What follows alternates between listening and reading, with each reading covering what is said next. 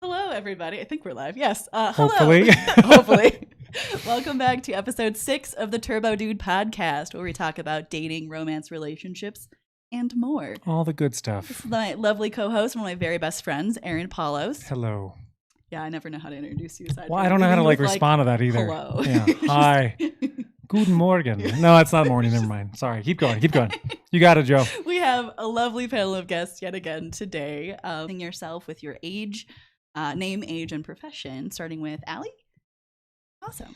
I am Allie. I'm 24 and I'm a private chef. A private So chef? cool. Yeah. Yes. How long have you been cooking? Since I was a kid, so not professionally obviously, but Yeah. recently became professional last year or so, and now a mom, so Congratulations. Thank How new of a mom are you? 7 weeks. Wow. Oh, it's like very new. Brand Yes. new. That's Mhm. amazing. Congratulations. So wait, real quick though, I want to know more about the private chef thing. So like, do you just love cooking so much that you had to make it a profession at that point? And what does a private chef mean? Like, what are you doing on a daily basis? Yep, just meal prepping. I have kind of geared my business towards working moms, and Oh, that's a great idea. yeah, and it's fun and not particularly profitable, but it's what I'm passionate about. So I enjoy cooking, and so you wake up, prep meals, deliver meals, do it again.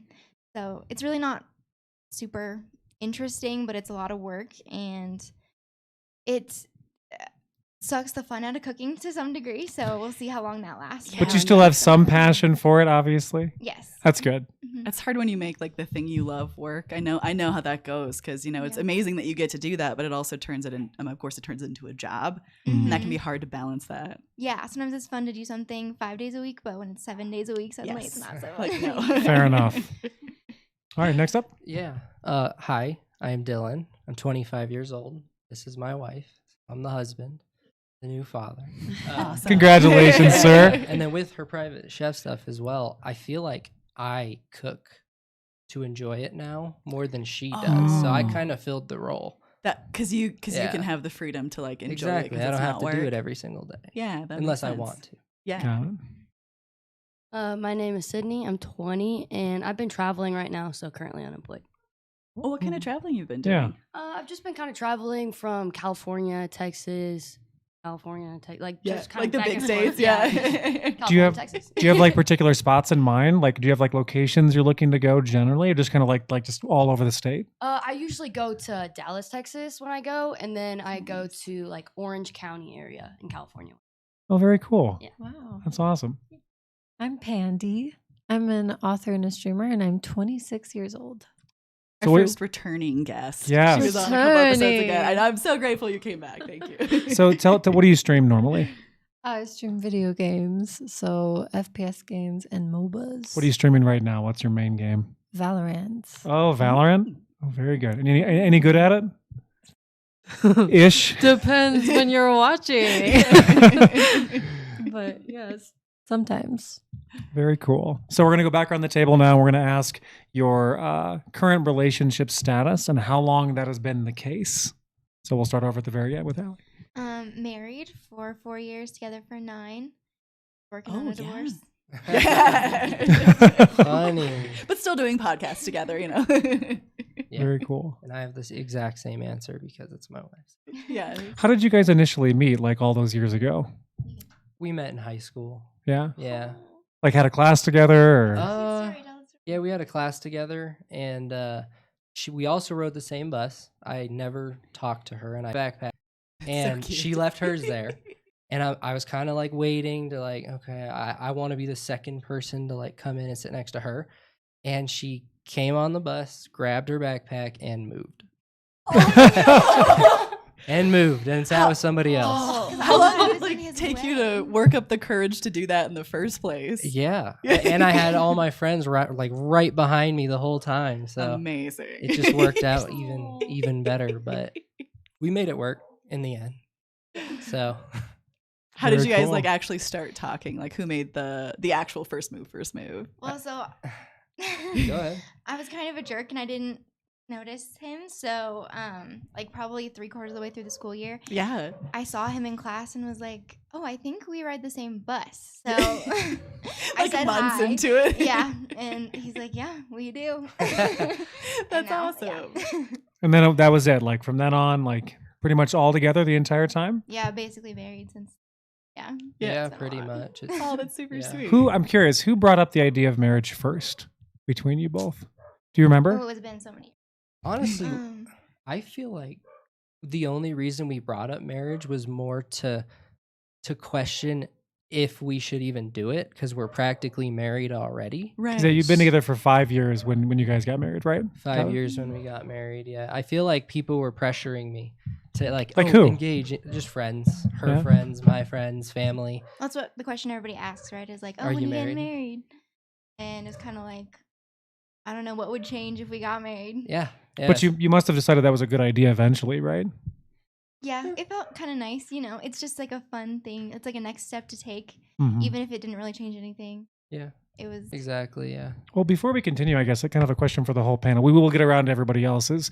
Do you feel like society generally pressures all of us to get married if we're in like a monogamous relationship? Yeah. I think that like yeah, every time I see someone, even on like a 2-year-long, 3-year-long relationship, everyone's like, "Okay, it's been time now. Like, when are you gonna get married?" Hmm. Yeah, I can see that. But Pandy, what do you think? Absolutely. I think that's what I got most of my life. It was just like, oh, you date for marriage. That was the main thing, I guess. Yeah. That's what I always taught too. It's like, well, why would you date if you're not working towards marriage? You know, like there's a lot of reasons actually. I don't really believe that like you need to get married. I mean, like I am married and enjoy being married, but I'm not sure it's for everyone. What do you think about that, Joe? I feel like I still like love the romantic idea of marriage. Like I get it. I've been divorced for like 1.5 years now, but the legal implications and like having to go through a court system like to get married and have the government involved, I'm very against that. Like I'm all for long-term commitment with someone, but I think actually signing a marriage license would take a lot. Yeah, I feel like I've talked about this in the podcast before. Is like I'm not sure if it makes sense to get married, and like this is fine if you don't prescribe to this like notion yourself. I feel like if you're going to get married nowadays, it makes sense to have like a pretty substantial prenup, even if there's not significant assets involved. So like if you do end up getting divorced, like so many marriages end up, and you're not letting just a random judge decide like how the path of your lives go from there. But I mean, I'm a big believer. I think prenup should be more of the conversation. I don't think it's setting yourself up for failure in any sort of significant way. I think it's just being smart about, you know, what happens if we aren't together like later in life. But what do you guys think about that? Should prenups be more of a thing that we're okay with as society, or is it setting yourself up for failure? I mean, I think personally, I agree with you. I think that they should be talked about, and I think that you need to have that in place before you get married, because then I know people say it's setting up for failure, but I honestly think it's setting up for success. Yeah. Oh yeah, When you get a divorce and you don't have a prenup, that's just it's pandemonium. yeah. Yeah, and I think it's a very adult conversation to be able to have of like, if this ends, how do we handle that? Like as a couple who hopefully still care about have some respect for each other still. I do think it's probably one of the harder conversations to have. Yeah. I know I was taught like, if anyone asks you for a prenup, like they're just gonna leave you. So like leave that relationship first. And now in retrospect, I'm like, nah, it's just kind of keeping the government out of shit stuff. Oh yeah, Not 5 minutes of stuff them. training. Lots of I stuff, like this Joe. every time. We talked about this. Okay, Perfect. I can say We're shit probably all I fine. want. Okay. the stream is down. No, I feel like there shouldn't really be a stigma about that conversation. I mean, I think it's a wise decision. I think people can grow apart. I think there can be irreconcilable differences. I think it's an important thing to have a conversation about, at least to some degree before you get married. Any additional thoughts on that before we sort of keep working down the relationship line? Yeah, what do you guys think about the idea of being married? Like, Yeah, being married. I wanted to say like we definitely talked about it before we got married. yeah. And then just didn't do I think it. we Fair, agreed to do yeah. it, We just didn't do kind of it, but- trusted each other. Like, I guess before the whole marriage thing, rather than being like, oh, this is my girlfriend, it's more like, this is my soulmate. Yeah. That's like the term I would personally use over girlfriend. Everyone listening is like, everyone's like fawning. I love it. And even like and even The look she gave you, by the way, when I you know. said that was like the sweetest thing, by the way. I Okay, love I'm that. glad. But we did not end up necessarily doing a prenup at all. And here and there, Right. now that I've been married Shower for thoughts. Okay. 4 Cool. years, That's cool. we all have them. I have full conversations in the shower. With Oh, yeah. yourself. so many. I feel like And my with other best people, ideas come in the I don't know. yeah. Exactly. So I've had the thoughts, and I'm just like, it would be kind of weird right now to go and do it. Mm. Like a prenup. post-nup or A whatever. post-nup. Yeah. I'm not Yeah, against post nups so- either. Yeah. Well, I'm not against it Yeah. either, but Just, I like, more trust work you. to You do, know. So Yeah. we haven't done it. I think it may. I mean, like, I think if neither person comes in with significant assets, it's not as big of a deal. I think if there's a big disparity in financial situation, I think it makes significantly more sense to do so.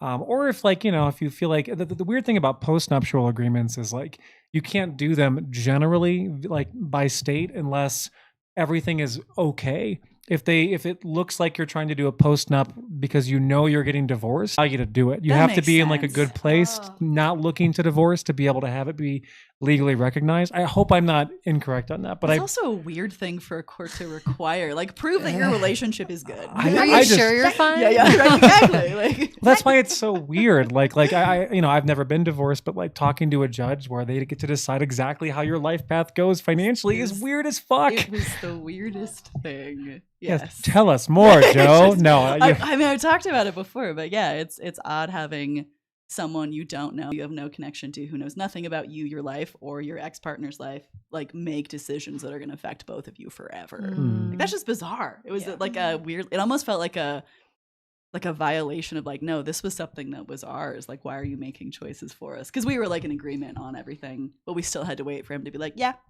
Well, especially considering how easy it is to get married. I mean, like you can get married in like an hour, and like it doesn't take anything in most states. I know in But- Colorado, you can marry yourselves, or you can like have your dog Wait, what? marry you. Yeah. Yeah. Yeah, you Wait, just, back it up for a second. Yeah. Hold on. Yeah. Yep, your dog can be your witness. You can get a marriage license. Okay, go that for sounds. a hike. The witness thing sounds cute. Yeah, go for a hike with just yourself, sign it, and you're married. You don't need anyone can there. marry Wait, with your yourself? dog? Yeah. Get married with your dog, or your dog is the witness. Witness.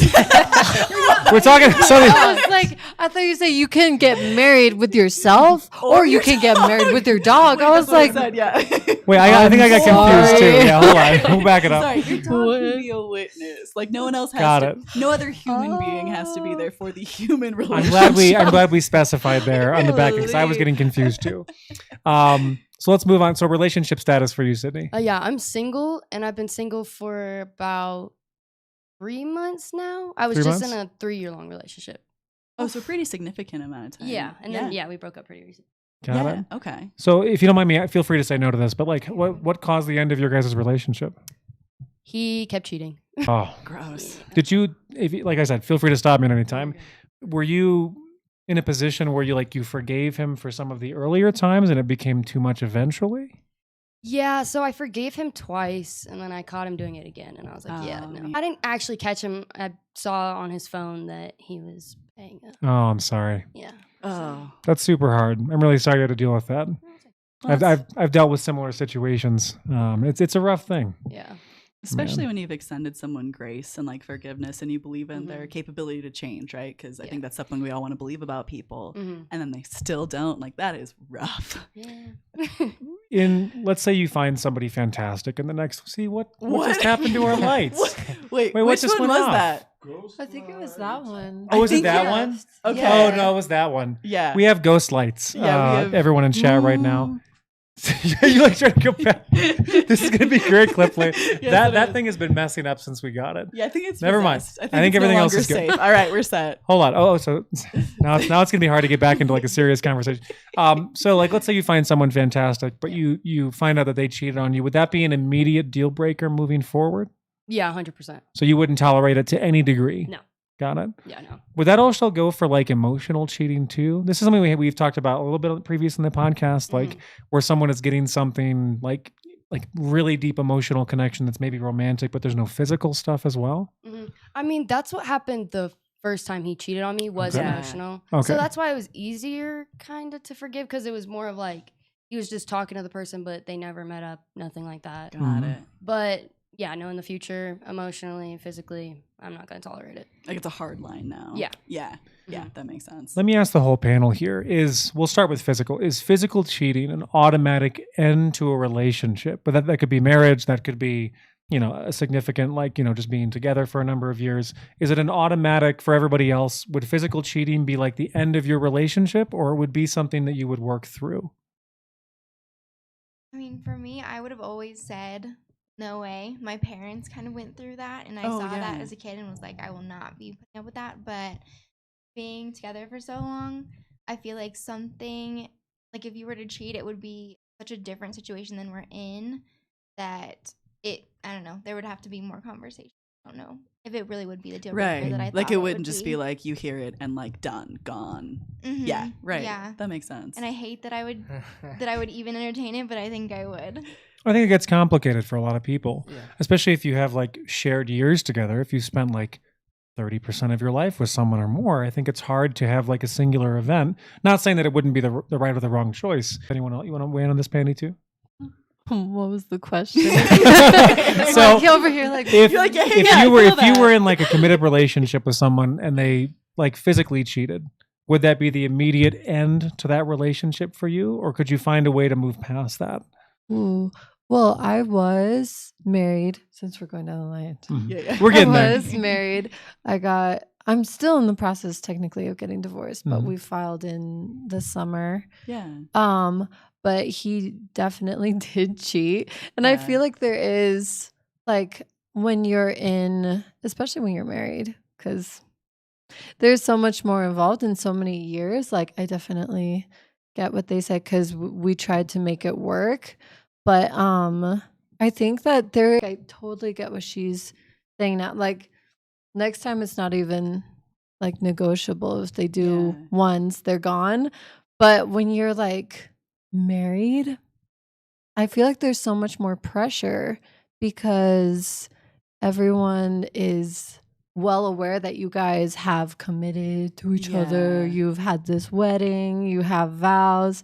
It's almost like you have to keep up the persona of marriage for the sake of everyone who's like rooting for you. That's accurate. Because Yeah. everyone's there like, oh, yeah, well, you're married. Well, so you had to make it work because you were the one who signed the paper and we went to your wedding, and it's Yeah. like, oh, yeah. So it's like almost like there's more pressure to make it work rather than if you are just dating them or just like in a relationship, because you can be like with the whole thing with the prenups, I didn't even know what that was. I still don't Yeah. think I know what it is. I Oh, think yeah, society yeah. does a pretty bad. So it's basically it's like a financial agreement that you make prior to getting married. So before you get married, you basically decide how your assets would be split in the event of a divorce. Mhm. So like, let's say like I was worth $100 million and I marry my wife who has no dollars. Like a prenup would basically be like, if we get divorced, Megan gets like nothing, or she gets like 100,000, or she gets like $1 million or something like that. But it's preset before you get married. Oh. And So you that can- like a judge can't, mess it up for you. Yeah, and I think a really common way of doing it is I think it's called yours, mine, ours, where like before, like assets before marriage, it's like whoever's name that they're in, they stay in those. But like anything you put in a joint account together, then that's going to be split 50% after that. So you can like structure it a lot of different ways. Wow. Yeah. Okay. Yeah. Yeah. Well, good to know now. I know, right? Dang. So both of you are currently single. That's right. Mhm. Yeah. Are either of you on dating apps right now? I do have Tinder, but I don't really go. Was like just occasionally, like. Yeah, I'll just sometimes when I'm lonely, I'll just scroll Yeah, through it. yeah. Do you feel like you get like an ego boost from it, from like how many matches you get I'm or not anything? gonna lie. Yeah. Yeah, well, Yeah. I think I asked you about this too, Sure. Joe. Yeah, Like when you were on sure. Tinder a while back. Like how many? Okay, like are you ever coming back to like thousands of matches? I mean, not thousands, because the way that you have to match with them is if you swipe with them. So I don't really swipe that much. So, but usually the person that I'll swipe, usually I'll match with them. Like what's your type? Like what are you looking for? Like if you're getting on Tinder to try to find somebody, like what's your type? I don't know. I like brunettes. I like Yeah, guys okay, with yeah, darker yeah. feers. Yeah. Okay. I feel that. Yeah. Just brunettes? Yeah. I don't know. I don't really have a type. As long as I like get Tall along with person, you. short person? I I mean, I'm pretty short, so I don't really care. Like, Do you care about like height in a partner at all? a lot of my exes were like 5'5", 5'6". Yeah. Okay. Oh, Wait, yeah. how tall are you? I'm like 5'2", 5'3". Okay. Oh, Yeah. wow. So Cool. yeah, I don't really care as long as you're taller than me. Pandy, Yeah, okay, Pandy, how yeah. tall are you? 5'8.5". Oh. Would you? Is height something that's important to you? Oh yes. I've wanted to be like, no, for a long time, because I'm like, No, I'm not no, superficial. It the doesn't short matter. king. I don't the think short that's king. superficial. I think that's such a weird But thing, right? In middle school, I had a crush, and I grew taller than him, or I was Oh, taller than right. him by an inch, and so I started slouching. And now, years later, I have scoliosis, and I think Oh my it's God. because I started it was that slouching low. to the side because I wanted to be shorter than my crush. Oh my The end. That might be a first. That's pretty interesting. Let it be known.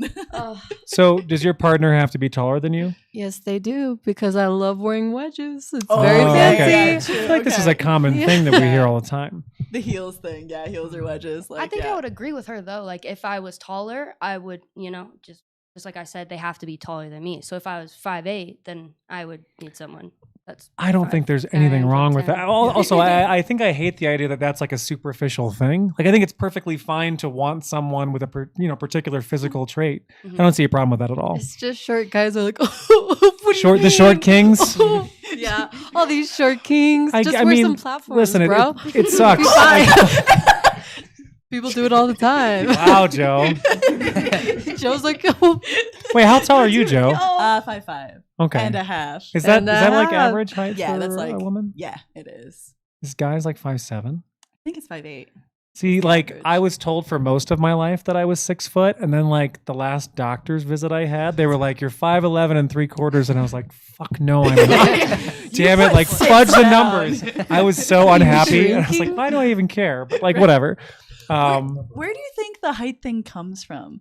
Because I Well, feel I like that's mean- pretty consistent Dominance. for like a lot of right. Yeah, for like a lot of women, it's like a lot of women that I've talked to are like, no, I don't care about height as long as they're taller than me. Mm-hmm. And I feel kind of the same way. I've never dated anyone who's shorter than me.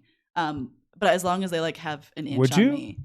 Yeah, I think I would, but I definitely have a preference Yeah? for someone who's taller than me. Okay, Would maybe. you? I'm just like, would you Really? date someone that was like 5 foot tall? I think it would It's like depend you on the looking connection. down like quite a bit. Which is what like guys feel towards women all the time. You know? I don't know. I don't know. I don't know. It's always been a thing for me in relationships that someone is taller than me.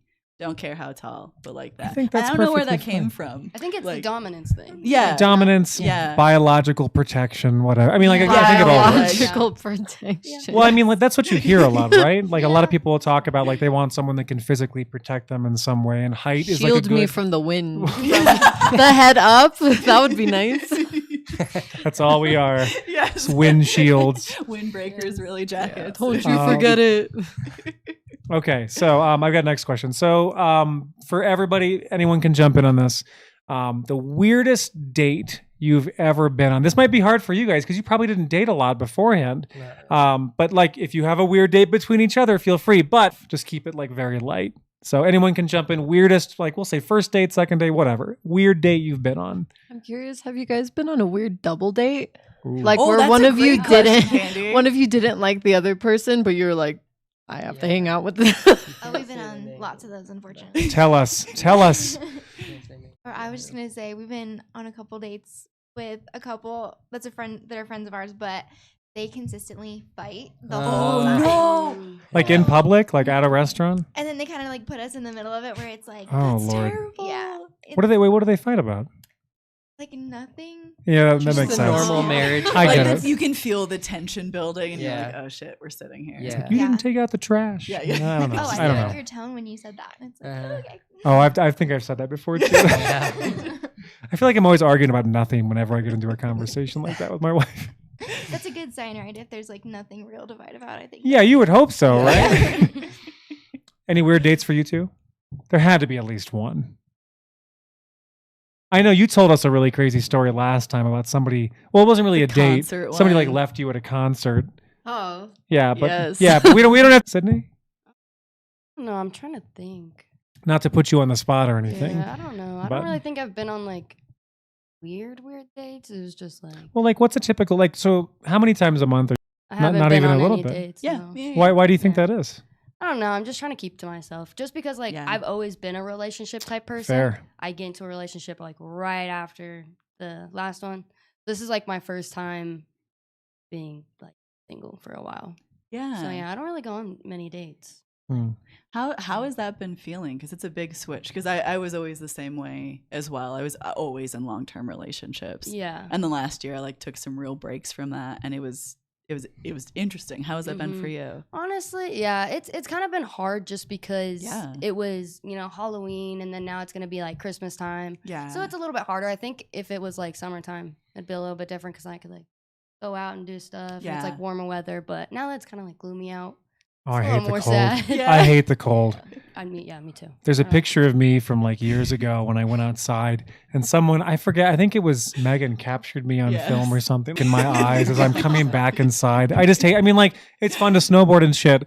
I just fucking hate the cold generally. I can't drive, I don't know. It's weird. Yeah. I was thinking I've answered the weird date question before, but I just thought of another one that I'll throw in there. I was like homeschooled, and I was raised like super naive and super trusting, and I went off to college, and I didn't know I was on a date for a solid 3 or 4 hours. Like a guy asked me out to like go to a game and then a movie or a game and then like get dinner, and I was like, oh yeah, as friends, great, sounds good. Oh, And it no. wasn't until like I got back and was telling like my female friends in the dorm, they're like, yeah, you went on a date with him. I was like, no, we're just friends. I was like, Oh no. I've gotten a lot more socially intelligent since then. That's old Joe. That was like, I was the weird one in that date. Oh man. Yeah, I mean, like I always had that really weird one about the walking girl who wanted to like walk the Yes. earth. So I've told this story before, but I went on like a Tinder date. Tinder was like, by the way, I'm like dating myself a little bit and how old I am here, but like when I was like still on Tinder, Tinder was like one of the only options that we had for dating apps. So it was like that or like plenty of fish online. It was pretty garbage in terms of like making a selection. But I went on a date with this one girl who just wanted to like, I asked her what she wanted to do with her life. And she just wanted to like walk the earth. And I was like, you mean like kind of like in Pulp Fiction where like Samuel L. Jackson is talking about that? But she kept talking about it. And I was like, oh, you mean like just like get a lot of walking in? And she's like, no, I want to like live off the land. I'm like, you mean like steal from people? She's like, yeah, I'll just like take what I need and like they'll be happy to give it. I'm like, what the fuck is going on here? Like it was so weird. Wait, do you have like a story over here? Wait, is that your fantasy as well, Dylan? That's not my fantasy. I feel like that's her. Do you want to fantasy. walk the earth? Is that what you're looking for? I mean, I'm not gonna say no. But you're not going to like steal from people randomly, right? No. She would just grow her own. That's Everything. that's No, cool. that's great. I'm super on board with Want that. to grow your own idea, fruits and Allie. vegetables? Like, feel free. But it was just like the weirdest. And then, like to end the date, we went on a walk. So that was like, all right, fine. Let Totally me guess, cool. she's the one who requested the date. Literally, that's it. It was such a weird date. I think that was when I got off of Tinder, and then I met my wife doing Brazilian jiu-jitsu instead. Super happy with that. Wow. So it was good. Any other weird date stories? Not that I can think of. I Yeah. mean, that's good. How are you Probably, that's liking good. single life, by the way? Oh, it's great. And you're not on dating apps right now? Oh, I remember we talked about Yeah, were you like, didn't like 'em, right? Dating apps. They're awful. Yeah. Like not No. for Is you. it like the quality of men is pretty poor? Well, yeah, because every dude on there is just trying to hook up. Yeah. That's it. Yeah. I've heard, I haven't been on these, but like I've heard that there are some better dating apps out there that are more geared at like long-term relationships. Like, and I'm sure I'm going to get called out if this is incorrect, but on Hinge at all? I've been on Hinge. It's The kind same of the thing? same as Tinder. Yeah. What about Bumble? Have you guys done that? I've heard that one's But pretty good for The woman initiates there, relationships. right? Yeah. Yes. Right. Yeah. Yeah. You have to Hmm. send the first Yeah, message. they can't message you unless you message them. Wait, I think. did we ever talk about like Tinder Select? Yes, we did before. Where it's like there. Have you guys heard of this? So it's $500 a month. Oh wow. But what do you get though? What was it? You can send messages to someone who hasn't matched with you Yeah. yet, which I'm sure is not going to be used in any creepy Yeah. ways. Of at course not. all. I don't know what else you get. I think Hopefully a lot more. just though. let me send one message. We'll have to look into that because I Yeah. don't remember all of what it Oh, encompassed. actually, I might. It's like technically it wasn't a date, but technically it is. There was Yeah. this one. I just like trying random things. So one day I was like, "Oh, I'm gonna try a sugar baby dating app." Oh yeah, right. How'd that go? Sugar went- baby? I went on a Sugar- sugar yeah. baby date Yeah. with like a sugar daddy. How'd it go? Wait, this Tell is us- recent? Tell us. Oh, about you gotta that. tell It us. wasn't recent. Oh, okay. It was, I still want to hear well, about it. I'm gonna pretend it wasn't recent, but I was just like, yeah, I'm gonna try this out. Yeah. And because he Okay. needed to buy a couch, so I literally just like sat on different couches, and he was like, "How does that feel?" I'm like, "I don't know, bro. What are you looking Wait, for?" he needed to buy a couch? he wanted to buy a couch, Not for So- you. No. So just why for was he his asking you what? place. He's like, "Come with me to IKEA, and we'll go." That was our first date. Did you have a second date? No, because my car broke down, and then I never saw him again. And I was like, maybe I don't want to do this. Fair. And so he was obviously a wealthy. He was like in his 40s, Yeah. so it wasn't Oh, yeah, that too makes bad. sense. It wasn't like this like elder, but yeah. It was afterwards we got Thai food, and then I mean, that sounds nice. I like Thai food. yeah. I got free food, and I got to sit on couches. It's just- That's a perfect day. there are worse dates. Wonderful. So did he buy a couch? That's That's what I was wanna know. gonna say. He you- did. It was a whole ordeal where he was like, "You don't have this couch in navy," and he was like talking, very Oh, I don't pretentious, love very that. just like, and I was just there like, "Bro." Okay, for someone, not that IKEA is not amazing, but I don't feel like it screams like wealth generally, right? That is also Am I true. wrong here? It's No, I don't think you're true. wrong. I feel like you It's go not to the place to be like, don't- listen, I have money and I want the navy I couch. mean, you so could make it buy happen. a fuck ton of couches there, Yeah, I you could. suppose, like in volume, but I don't know. It feels weird. You want to hit our next topic? Yes, I absolutely do. I'm actually going to deviate from our question Are you list now? here. Yeah, so a question for you two, Dylan and Allie. You guys have been dating since you were teenagers, and so there's an immense amount of growth that happens between then and now, like as individuals. How do you guys feel like your individual identity versus your identity in the relationship has evolved and changed, or like how do you handle that? You want me to go first? We've I feel like we've talked about this recently Yeah. and just a good amount of times, and it was like I think us I guess growing up together as well as being in a relationship Yeah. did nothing but help us, because every Oh. experience that I had she had, and every experience she had I had. So Yeah. it's like there was really nothing left to question. What do you think? Yeah, I mean, I feel like it's been a strength for our relationship, but it's like we were about where if we were to get divorced, I think it'd be a lot bigger blow because half of my personality is him. Like, Right, and yeah, that like, really sucks. yeah. That's if it yeah. doesn't work. So it's great now, but hopefully it stays like that. Because I might have forgot to ask, how old are both of you again? 24. 25. Got it. Yeah. Just give lives was like have been spent together, and that's interesting yeah. how like you're saying like every major experience you guys have gone through together, and so Yep. you have so much shared history. Mhm. Yeah. And I feel like I didn't have a whole lot of family, so her family has Yeah. really been a lot of my family. Hmm. Oh, that's very cool. So yeah. it would be weird because it would be like I'm losing her and my family, right? Yeah. So I have so much more to lose than just Recently having a baby, I Yeah. just kind Oh, yeah. of like we're doing it together, but really I'm Got it. Excuse me? and it was kind of it really sucked because I would want to talk to you about things and you just weren't having the same experience that I was. Like your hormones were not changing and you were not Oh, looking in the mirror and right. feeling fat. Like it was just not, and it was really hard. And it really, yeah, that was a horrible experience. Right, because you guys weren't like you guys were going through a similar life change, but experiencing it in vastly different ways. I would imagine. Mhm. yeah. Yeah. Which isn't usually how it is for us. So, Yeah. but I mean, you were married. Yeah. Did you yeah. feel like you lost part of yourself with that divorce? I think I didn't realize how much that relationship and keeping it together and the work that I put into it was such a huge part of my identity and who I was. And so coming out of that, my initial thought was like, yeah, it'll be hard, but like I'm good. Like I have myself, I'll figure it out. And then I was like, I don't think I've ever asked myself what I want for me. Like that's not something I was really taught to do growing up. And so I was like, I have myself, but I don't know who the fuck that is. Like there's so much self-discovery, and a lot of it was really scary, like really good and so worth it. And I'm incredibly grateful for that time. I'm still in the middle of that, right? Like I'm still figuring that out and developing it, but it was a huge loss of identity. way more than I expected it to be. So yeah, definitely. Well, if it means anything, the way that you carry yourself makes me want to be divorced because Oh. I feel No. No. That's the wrong takeaway. What a because compliment. That's actually Holy. really I sweet can see you've compliment. had such a beautiful experience and you carry yourself so beautifully. It's Oh. yeah, I mean it in a good way. No, I get it. Thank you. That's actually really fucking I feel like sweet. you're probably picking up on Thank like you, Allie. she has a pretty strong like self-identity at this point. Oh, yeah. That's Mhm. I'm assuming appreciate that's what that. you're picking Maybe up you on. only get that through really hard experiences. Yeah. Yeah. So I don't know. I appreciate That's that. interesting. I feel like I mean like I do think we could probably talk about whether or not like getting lost in your partner's life as like how would be the best way to describe this? Like if Joe? it's like to what extent it's beneficial, like to what extent it's healthy to be Oh no, I'm not talking about like divorce in no, particular. to be like engaged, like interdependent. With Yeah, someone. I mean like I think codependency is the wrong word essentially, Yeah. but like having a life of your own.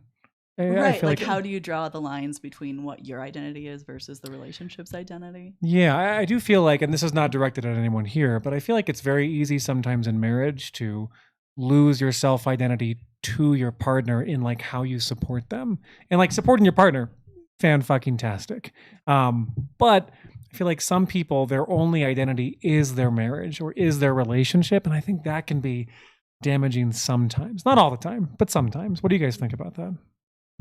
I mean, yeah, with even like I've never been married, but like Yeah. my 3-year-long relationship, It's a long time. like I was living with him and he was the sole earner. So I basically just went on this ride of like, okay, he's going to work. I'm going to become a mother. I'm going to be a stay-at-home mom. yeah. Mm. So when that all like changed, I'm like, okay, now I got to go back and figure out what I need to do for myself.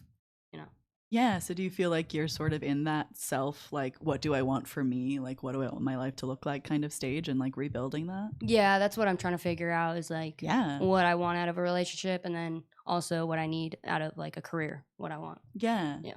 Do you feel like you do want a relationship eventually? Like, is that still a piece of like what you desire? Yeah, definitely because I for sure like eventually, I want to be a mom. Yeah. so, Okay. Yeah. That's awesome. That's my big thing.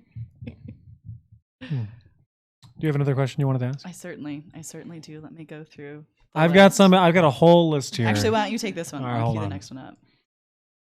Okay, so this is kind of a weird one, but I'm going to try to preface it the best I can. Is it your partner's responsibility to entertain you in some way? Or should it be? Huh. Like, do you look to your partner as like a source of entertainment, as like something that you want? And it's kind of a weird question. I don't know if I would deem it entertainment, but I feel like for me to be happy in a relationship, I need to be able to have like pretty deep conversations. Mhm. And I guess that's my kind of entertainment. It's more of like a mental stimulation where we're actually both like, I feel like we're going somewhere and we're like learning about each other. So I guess if you deem that entertainment, then yes, but not just like It's like deep there should- conversation. You would consider that entertainment? I would, yeah. Fair. Well, and I think it's important to have like laugh with your partner. So if that's Oh, considered huge, yeah. entertainment, That's how Absolutely. I generally Yeah. view entertainment. Like Megan, my wife, makes me laugh all the time. Not like she's like sitting in front of me like reciting Lord of the Rings by memory. I know you'd love that, by the way, Joe. I absolutely could. But I feel like like Megan and I make each other laugh all the time. So like in terms of like entertainment, I want that in a partner for myself. But I'm curious what both of you think about that as well. Like, do you want a partner that can entertain you, make you laugh? Is that important to you? Absolutely. I think it has to be something very mutual between us because in general, I'm just very goofy yeah. all the time. I appreciate the So- I goof. love that. Yeah, so like someone who matches it and doesn't like bring my mind down. I guess someone who can like level with the amount of I don't know, banter is a huge thing for me. I Mhm. find that Oh, so yeah. entertaining as someone because I feel like there is a level of intelligence needed in order to It's keep wit. up. Yeah, Yeah. wit for that type of like conversation or interaction. And that's so entertaining because there's nothing less entertaining than talking to someone where like everything you're saying is going over their head because they just like what do you mean by that and you're just like like having mini seizures and trying to because you're explain just like, everything. how are you? Yeah, like that's so boring. But they normally find it entertaining because then they're like, oh, haha, that's kind of weird. And you're like, okay. Like, I guess I'm your But- entertainment in this situation. Yeah, sometimes. Yeah. Yeah. I think it's definitely important because I think like at first I'm like shy and then like I'm really, really, really talkative. Hmm. And some people find that really annoying. So I need someone that like Who likes enjoys that? someone. Yeah. Yeah, enjoys Yeah. someone that talks all the time. Yeah, that makes sense. So was your question, do you expect your partner to entertain you? Was that, what was the question? I guess the initial question was, is it your partner's responsibility to be entertainment to you in some way? And like entertainment can be like deep conversation, it can be humor, I think it can be anything like that. But like, is it your partner's job, their responsibility to be that to you? No, I feel like I'd that sucks. say Like no. that's like something you Mm. have to actively Yeah, work to actively do. push for. Yeah, That makes sense. Yeah, fair enough. Fair I enough. feel like responsibility is a weird word. And Maybe too intense. Yeah, because Yeah. it's like you're responsible. all the way. Now make me But- laugh. Maybe like if it's Yeah. okay to have that as a preference with someone you're going to be like, engaged with long term. Maybe that's a better way to phrase it. Mhm. Yeah. Yeah, that's I've got another question too. All right, so do women like assholes or jerks? And if so, why? Anyone can jump in on this. Well, for me, yes, but it worked out. Fortunately. Are you calling him a jerk? Oh yeah. Oh, okay. I can be. I Yeah. can be for sure. But yeah, I feel like women like expect to have like a nice guy, but then they kind of gravitate towards people who Mm. devalue for some reason. I'm sure there's some psychological reason behind Why do you think but that is? Yeah. Well, I was gonna say that's not the case. Like you don't devalue me. It's more like No, I don't. you're opinionated, and guys that are super opinionated, I feel like get called. Who can like push assholes back? a lot. It's like Yeah. back and And I forth prefer, more. some banter. It's not like you devalue me. Or Yeah, anything like that. it might be kind of similar to the whole height discussion that we Mhm. had, where it kind of screams masculinity if a man is like just knows what's going to happen and how it's going to happen, and they just kind of do it. So Yeah. maybe it like they gravitate because it's kind of like a leadership role, maybe something like that. Oh, like a interesting. like a confidence thing. Yeah, exactly. Mm. Well, definitely confidence. Yeah. Yeah. Any Yeah, thoughts? That makes a lot I of sense to mean, me. I don't know. Kind of what they were saying. Like I respect like someone that knows what they want and has leadership and stuff like that. But at the same time, I definitely would not go for like the jerky type or like Yeah. anything. I love when like guys are like super sweet and like off the bat, they're like, okay, by the way, I really like you. Like literally, I had this like the dude that I was dating the last time. Like the first thing he ever said to me, like it was like the first few days we were talking, and he was like, just letting you know, like I want to date you. I really like you. Sorry if that's like corny or cheesy. I'm like, I definitely don't No, think that's that's corny. That's super Clear communication. Exactly, Like, yeah. oh, yes. I love sweethearts. Clear communication is cheesy. Sorry if this is No, it's cheesy. hot. Well, I think that just like shows like extreme confidence too. I mean, Yeah. someone who's willing to like tell you that up front, I think is fantastic. Generally, like on the front end. Yeah. I feel like when I wanted to, the reason why I wanted to discuss this was I feel like generally like jerks or assholes, they don't ever have like the air of desperation that I think some men in particular can have when going after a woman.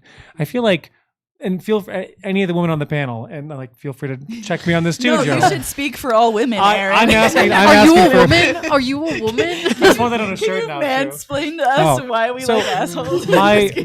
my guess is that I feel like women are very good at like finding out whether someone is like desperate for their attention or like anything sexual very quickly. And I feel like that can generally be a major turnoff for most women if a guy comes off as desperate. And I feel like, unfortunately, I think a lot of men can come off as desperate when they approach women. And I think it's very easily spottable. And I think that most assholes or jerks or like fuckboys maybe, I don't know, Yeah. Kind of all don't really interchangeable. have that. Mhm. Thoughts on this? I think it's a matter of like them having a backbone and them having assertion. Yes. That yeah, assertive piece to them where they're just like, no, like that's like it is opinions and they are opinionated. And even if their opinions are like really mean or just like just rude. I think there's a portion of it where girls are kind of like, they want a guy with a backbone. Because that's Yeah. way like the whole nice guy thing. But I'm a nice guy. It's like, no, you're a pushover. Yeah. I would love to have someone who has a backbone. So then it's kind of like the other side of the spectrum where it's like, I'd rather have a guy super assertive that I can actually like contend with rather than a guy where I'm just like, oh, he's like, yeah, I'll buy you anything you want. Like, No, same. too No, much I of a think that's pushover? really important, yeah, actually. because I cannot, especially like the whole nice guy thing where they're like, but I'm so nice, I'll get you whatever you want, like promising like I'll do anything for you to keep you here. It's like, no, it's like just be everything that would make me want to stay. It's not so much like, oh, I need to figure out a way. It's like that already preconception of like, I'm already not enough. And like you can sense it Oh. off of them when they aren't like self-confident, I And think. also like speaks, I think, to a lack of self-identity. Sort of that nice guy like archetype of like, I'll be whatever you need. Like what, like let me just Mhm. like give you the world. Let me treat you like a princess. And it's like, on paper, in theory, okay, that sounds nice, but in reality, what that looks like is someone who doesn't know their wants and needs, which is going to Yeah. lead to like major issues in a relationship down the road, I Yeah. think. I also like what you said about the masculinity aspect of it. I never thought about that, but I think that there's a piece there of like the like asshole, jerk, bad Mhm. boy, whatever. Like they do tend to embody some more masculine traits for better or worse, depending on the person. And I Yeah. can kind of see where that might play in for some people's attraction to that. Let me ask another weird caveat to this question. Let's say all of you are single for a moment. If you liked a guy and they rejected you, would that make you want them more? No. Interesting. Like hard no? No. Yeah, okay, yeah. Rejected in what way? Like you're you wanted to go out with them and they're like, no, I'm not really for it. Oh, I just leave it there. Leave it there. Yeah, I agree. I've never understood the whole thing of like the chase or anything like that. Because Yeah. the minute a guy shows they are not interested, shut down immediately. I'm of Yeah. the same opinion, by the way. Like I generally tell like my male friends like don't chase after women, because I just think it's a bad idea generally. What do you think, Joe? Yeah, well, that's interesting because I think universally, yeah, if I was in the dating world and a guy was like, no, I'm not interested, I'm like, oh, fantastic, cool. I'm not going to push any boundaries. Awesome. Like, have a fantastic life or whatever. And I feel like the opposite narrative is kind of true for men. Correct me if I'm wrong. Where it's like, if someone isn't interested, it's like, you need to win her over. You need to show her why she should like love it being chased after. And like, there's very different narratives around that. I feel like I've seen people waste their lives chasing after people that are never going to be with them. And honestly, I just wouldn't Yeah. waste my time. We have Oh. finite time on this planet. Like, I'm not going to waste my time. If somebody says no to me for a first date, like if I was still single, like I'm done, I'm out, I'm working on something else. But I was just curious kind of what people thought about that. Also, like you mentioned nice guys. I feel like there's like this nice guy epidemic where there's this whole narrative of like, you should want like a nice guy. But I feel like nice guys are just like boring. They're lazy guys. The way that I'm envisioning it feels like you should like me because I'm nice. And I feel like that's such a weird, that's not like a good compatibility thing. I don't know. What do you think? Yeah, Joe? no, I think it's like when anyone says nice guy now, I feel like we all have a picture in our head. There's a stigma. And it's not someone who's kind and considerate and knows boundaries and is compassionate and listens. It's someone who feels like they deserve something from you. Because I'm nice. Yeah, which just doesn't. I talk about this pretty openly. Like many years ago, I used to have like the nice guy disease where it was like, oh, like any woman would be so lucky to be with me. And then I got older and I was like, boy, that was a fucking stupid thing to think. I don't know. Like I'm like really harsh on the previous version of myself. And like the notions that I used to have about like what a nice guy was, it's so bizarre. I feel like there's a lot of people that fall into that nowadays. But I'm just curious, like, what do you guys think about nice guys in general? Like, what does that mean to you? Yeah, it's just like you said, like I have a picture in my head. Yeah, and I think yes. everyone has that pretty much. Yeah. Of someone with expectations that are not realistic to their reality. And I've seen so many former nice guys turn into like these reclusive. I think you hit on something really big there. I think that like there's an expectation to like what being a nice guy is in today's society, where like they're expecting something and like maybe they just don't like women. I don't know. It feels weird to me.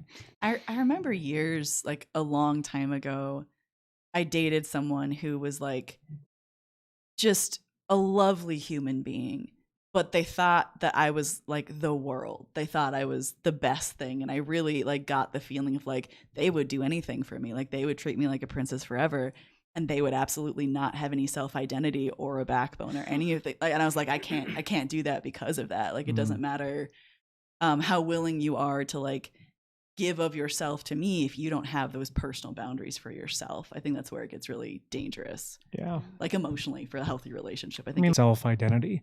I feel like I talked about earlier, like I feel like you can lose yourself in a relationship to the point where maybe you're only like an extension of your partner. I don't think that's very healthy generally. But yeah, I slight topic change, but I think we talked about this in the last podcast and I wanted to dig into it a little bit more. When do you think, either talking like personally or like what you see in the world, someone is like ready to date? Like, what do you think that means, or what prerequisite should someone have before they're like, yes, I am ready to date? What does that look like? I would like to say that it's someone who knows themselves enough to put themselves in a relationship, but obviously we did not have that. And it didn't really make a difference because we were able to kind of understand that and like self-actualize that to our relationship. The answer would be like somebody who knows themselves enough that they can now extend a branch and bring somebody else into it who also is the same way. Yeah. But I think that with the extended branch, like you just have to be open. Yeah. Because I feel like a lot of people now, I don't know if it's like social media or why, but people have a really strong sense of who they are and what they're about. And somebody that doesn't know you from, or doesn't have any of the same experiences, they're not going to match with that exactly. So I think openness is the key. Yeah, I think that's huge too. I think that what they were saying, like independence, you first should know like who you are, what you stand for and stuff like that. And then, also you need to be able to respect people, and because someone else is coming into your life, so you need to respect them and like have the capacity to extend that. Yeah, and all of that. That's like you were talking about. That's kind of like the journey that you're on right now. It's kind of like finding out who you are, like self-identity wise, right? Yeah. What do you talked about, like you're also kind of trying to find out what you're looking for in a partner. Have you come to any sort of realizations about what you want in like a future partner? I mean, just probably the opposite of every person I've ever dated. Sure. I feel like that's common for a lot of people as we like continue to date and get older. Yeah. Just the main thing is just someone who's ready to settle down, because a big thing with people my age is it's very rare for someone around my age group to want to be settling down right now. Yeah. Is that kind of where you are? Like you're looking to settle down right now? Interesting. So how do you tell guys that? I feel like that's a hard thing. That's to a great bring to question. them. Yeah. I mean, I'm just kind of straight up like open when they ask me, like, because like usually I'll talk to the guys on Tinder and they'll be like, okay, well, like, what are you looking to get out of Tinder and meeting people? I kind of just say straight up, like, looking for a serious relationship to, go somewhere. That's a question on Tinder, right? So you could probably that in before you even talk to them. Yeah, in your in your profile it says, I think it says like something about like what you're looking for, and then you either put just hook up, friends, or something serious. Yeah, I have mine as something serious. Yeah. Definitely scares a lot of guys away though, just because like no one's commitment? ready to. Yeah. What's the age range of like people you're looking at dating right now? Because you said you were 21. Yeah, I'll be 21 on Saturday. Oh, 20. Happy birthday! And I'm sure you'll be having the first alcohol you've ever had. I'm sure that'll be a really fantastic experience. I actually did wait until I was 21 to drink, but only because I thought I was going to run. Okay, only because I was like, anyone have pictures of like 18-year-old Aaron having a beer? In Iowa, which is where I lived for most of my life, they had like when I was at University of Iowa, they had these things called Palas, which are possession of alcohol under the legal age. And I was like, if I ever run for office, I don't want one of those because I feel like that would be a target of like whatever I would run for politically office-wise. So I didn't drink until I was 21, like a good American. That's right. But yeah, happy birthday though. That's going to be fantastic. Does it feel significant? Does 21 feel like a big deal to you? Yeah, because since I was in that 3-year-long relationship, I moved to Colorado to be with that guy. So I don't really know anyone here in Colorado. So yeah, it'll be nice to be able to finally like go out and meet people. Where did you move from? I moved from California. Okay. Has it been like a kind of a culture shock? Like how does Colorado compare? Well, no. So I was born here in Colorado, then moved to Texas growing up. Then I was in California and then back here. So not really much of a culture shock. Just because I lived here until I was 10 years old. Okay, cool. Yeah, that makes sense. Welcome back. Yeah. I'm an Iowa transplant. We've only been here since 2016, I think it was. Yeah. So, and you've lived your whole life here, right? No, I'm from California also. Oh, I must San have fucking Jose. forgot this. Yeah. Yeah. I don't think, that I don't too. know. Okay, so I've got something new if you don't mind me jumping in. Please go for it. I'm sure a lot of you have heard. So most dating podcasts talk about body count, although I hate that expression generally. Like the number of sexual partners. Does it, and we have a very interesting viewpoint on this ourselves. I think it's kind of like been formulating over the past like couple of months. Does the number of sexual partners, like someone you're looking at dating, how much or if at all, does it matter to you? And anyone can jump in on this. Especially curious about what you guys think too. I mean, I would say it probably doesn't matter for me, but strangely, I still want to know the number. Mm-hmm. So It's maybe like just the curiosity. Yeah. So maybe there's something there, but you had a much better answer. Well, I feel like ignorance is bliss, so I almost don't want to know. But Yeah. at the same time, I kind of do because I don't want to like hide behind that shadow and be like, you know what, I'm just going to be ignorant about it. But I would say if that was a deal breaker, I feel like how that person approaches their body count is a huge factor in it. If they don't seem like it's going to change kind of a deal, then I would deem that probably an issue. Right. Like variety and new people are important in their sexuality. Exactly. But maybe that is what somebody needed to know themselves. So how are you going to take that from somebody who really needed that perspective? And now they're going to be a great husband or wife to you because of it. Yeah. So I would hate to not be able to experience someone for that reason. I kind of agree with him on that, like that point where, you know, it doesn't really matter about the number, but I think it matters how they talk about previous times and like how they hold themselves like to that. And then I don't know, but I've heard a lot of guys say it's like, oh yeah, I've got like over 100. That would be automatic no.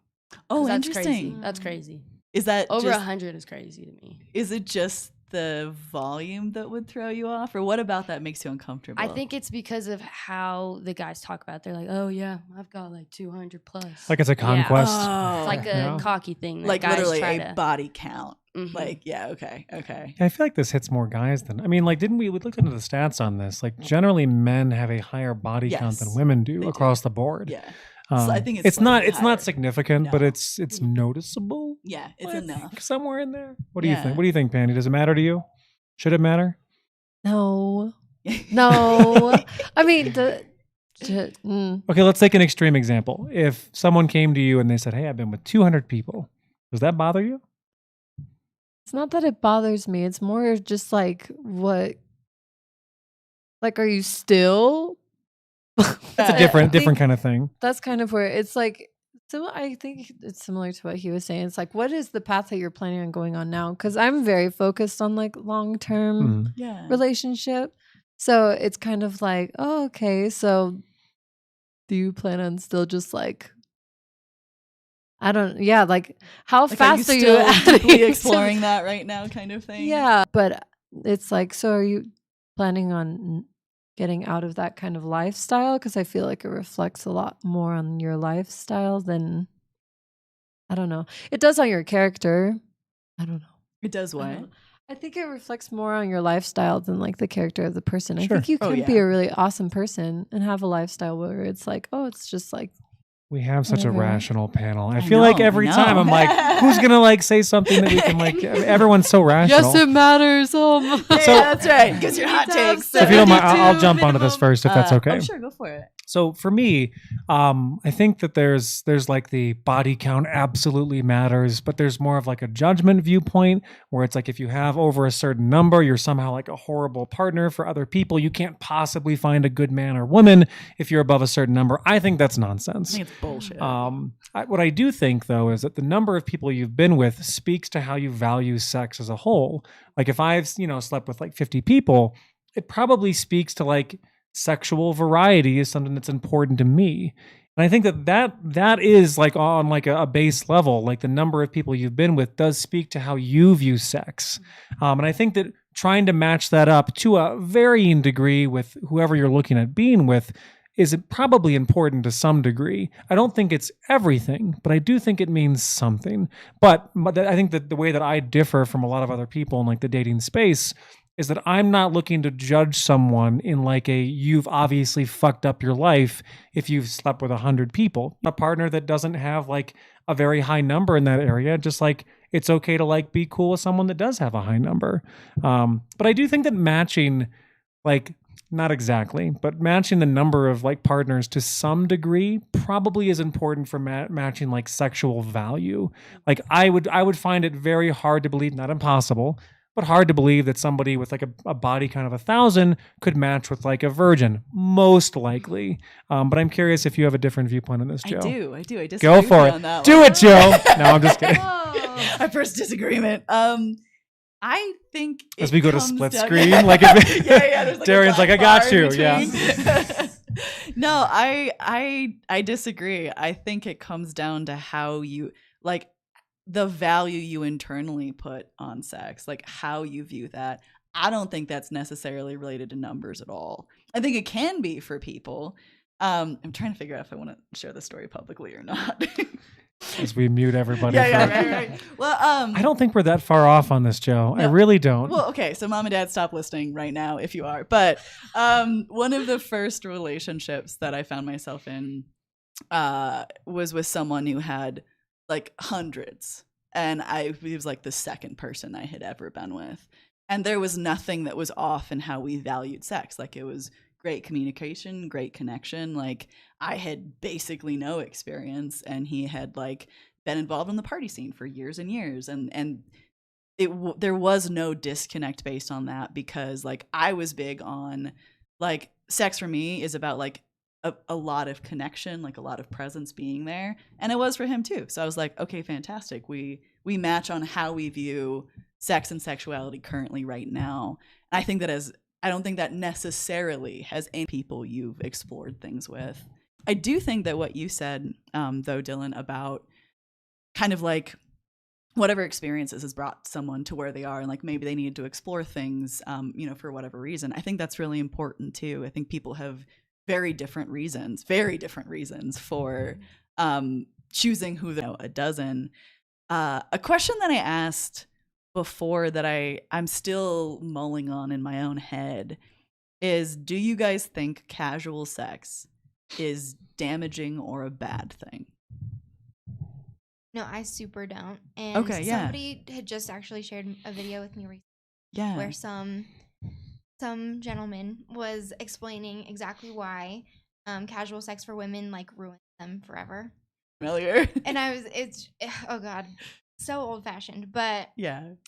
I just feel like, oh gosh, I just got super distracted. You're good. Oh, it's all good. Casual sex. Take your Is time. casual Take your sex time. damaging, or harmful in any way? Yeah, I mean, what about that would be harmful? Like getting to know yourself, getting to know other people, having any other experience people wouldn't talk about as damaging. I think that's an old, potentially Christian beginnings. The like, purity type base of it. You know Yeah. what I mean?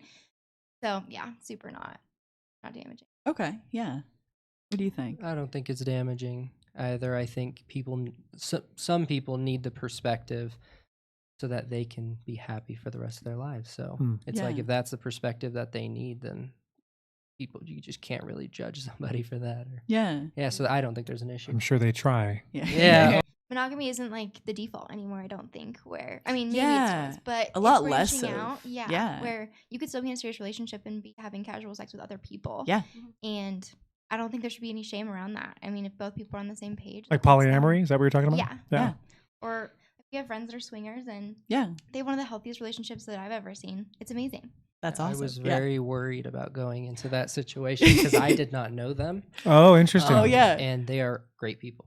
Yeah. So I don't even know why I was worried. I don't know. Because it's There's so much different, sharing. right? Well, Like, it's atypical for like the U.S. at least. I mean, like I think Yeah. monogamy is generally like the gold standard. I Yeah. think of what, like, you know, when people think of relationships, it's like monogamy, like that's number one. Yeah. I think we should be more accepting of like, I hate to even call it like atypical relationship structures, but right. I mean that's not like putting them down. no, and just it's sort of not the outside, norm. like the largest amount, there's number of relationships I would say are probably monogamous still. Definitely not, because before my last relationship, while I was single, Yeah. I had this one dude that I met on Tinder, and we were just hooking up just because, Yeah. you know, I'm a very sexual person. Sure. And Yeah. so, you know, we both had the agreement of like, you know, we don't want anything. This is that. So, and, you know, I got into a serious relationship after that. No, you know, yeah, it didn't affect me at all. So not a bad thing. No. I'm curious, were you guys both able to keep, so often you hear of like, we'll do the friends with benefits thing and then someone catches feelings. Yeah. Were you guys like able to, what? Sorry, I just think that's such a funny phrase. Like, catches, I mean, like, I get it. It's fun. Like they get sick, they catch it. Were you guys able to keep that separate? Like, was it just a sort of like, I know you and we engage in a sexual relationship kind of thing and kept it simple? Yeah, we just kept Yeah. it simple because, yeah, we didn't go on like dates. We made sure we would, like, Right. yeah, stuff like that. That We makes didn't sense. really Yeah. Yeah. Yeah. get emotional with each other. That makes sense. Honestly, it's not until this year that I'm able to like actually say no for. I mean, Not bad. it's not bad. Not bad. Yeah. Because I grew up very religious, and it was just like, no, cannot. If you do, you are like the cookie Get that ready is to burn in bitten hell. out of, Yes. and nobody wants Wait, that. what is Chew that? a What is piece that of thing? gum, What is the it like? rose Oh, it's a without its car. The pillow, rose with Isn't it a car petals, too? The key, one key. If you the are key in the lock. Wouldn't key I in rather the have like lock. a brand new car than like the used car? Then Yeah, that has a lot of miles on it. I not- fucking hate some of those analogies. Oh my god. I think my Oh. favorite thing is being compared to a car. You're like a car. Yeah, and You're like yeah, a cookie. Absolutely. Or like you Oh. wouldn't there's a lot of I there's a lot of stuff. told around my that. mom about like all these visuals in my life. I'm like, yeah, this is what people were teaching us. And Yeah, this is what everything. youth group was, Mom. Yeah, it was really rough. And so I don't think until this year and after being divorced and now like being single, since I did meet my husband in high school, and it was like, no, I didn't. He was my first everything. Yeah. And so like coming out of that and after being divorced, for sure, I'm like, I don't even know if I'll get married again. So Yeah. of course it's like a lot more open-minded to it, because before I was like, I don't want to be a cookie. No. I hope that gets clipped later, by the way. I don't want to be a cookie. Please. Yeah. The I was lollipop like, one. Did you hear that one? You too? can do anything. And it's Yeah. just like, imagine that thing, but broken. It's like, Oh, the that's water, you. the water with Oh, like God. drops of food Oh, coloring. this is like Oh. a thing that we've talked about. Oh, right? yeah. It Dude, sure is. everything. I'm Yeah. just like, Like oh. how many ways can we illustrate that you are now broken and useless? Yeah. It's not until this year that I've been like, I think it's fine. Like, don't tell my mom, but like, I think it's fine. It's nice and and I feel like I'm learning so much more now Yeah. than before, because it's just like, oh, I was basically taught to hate my body. Like, just hate it. Just seal Yes. it off from the world. If anyone touches it, it's your fault. And it's like, you just end up hating yourself because you're like, oh my gosh, I'm like a weapon. If someone accidentally Yes. misuses me, then it's my fault Mhm. because blah, blah, blah, you know? So very different perspective this year than ever in my life growing up like that. The weapon analogy, I've literally said that in conversations with friends before, where I was like, I grew up very conservative Christian. And I think we probably came from somewhat similar backgrounds on that. And I was like, yeah, I was taught like that, like my body was literally a weapon against men, like of not my own control. Also, it wasn't ever mine, right? Like my skin really never Yeah. belonged to me, but it was a very I think, damaging way. It's like your shoulders. Yeah, Oh don't my- cause are men you to trying stumble. to? Yeah. That was Are the you stumbling tempting block. those men? Yeah, Exactly. Literally. I'm 13 wearing skinny jeans for the first time, and my friends, like mothers, would be like, "So who are you trying to pick up?" And I'm like, Oh Lord. "What do you mean?" Like, I'm 13. I'm 13. I'm a child. I'm wearing pants like that fit me. Oh, I've got a fantastic story to jump in Please, on this. absolutely do. So my wife do. used to go to a very interesting church when she was little. And there was a point where they had a meeting as a church. I hope I'm telling this story correctly. Where they basically forbade women to hold microphones because it looked too phallic. Oh. Like, and they didn't. They thought that was too tempting for the men in the congregation to hold microphones because it Is would this be tempting tempting anyone? them into the dark side of sexuality. Isn't Do you that feel nuts? tempted right now? As we put the There's a lot microphones of away. Mics. There's a lot of mics here right now. I don't know, guys. I mean, what does that say about my microphone? It's like, hey, Oh.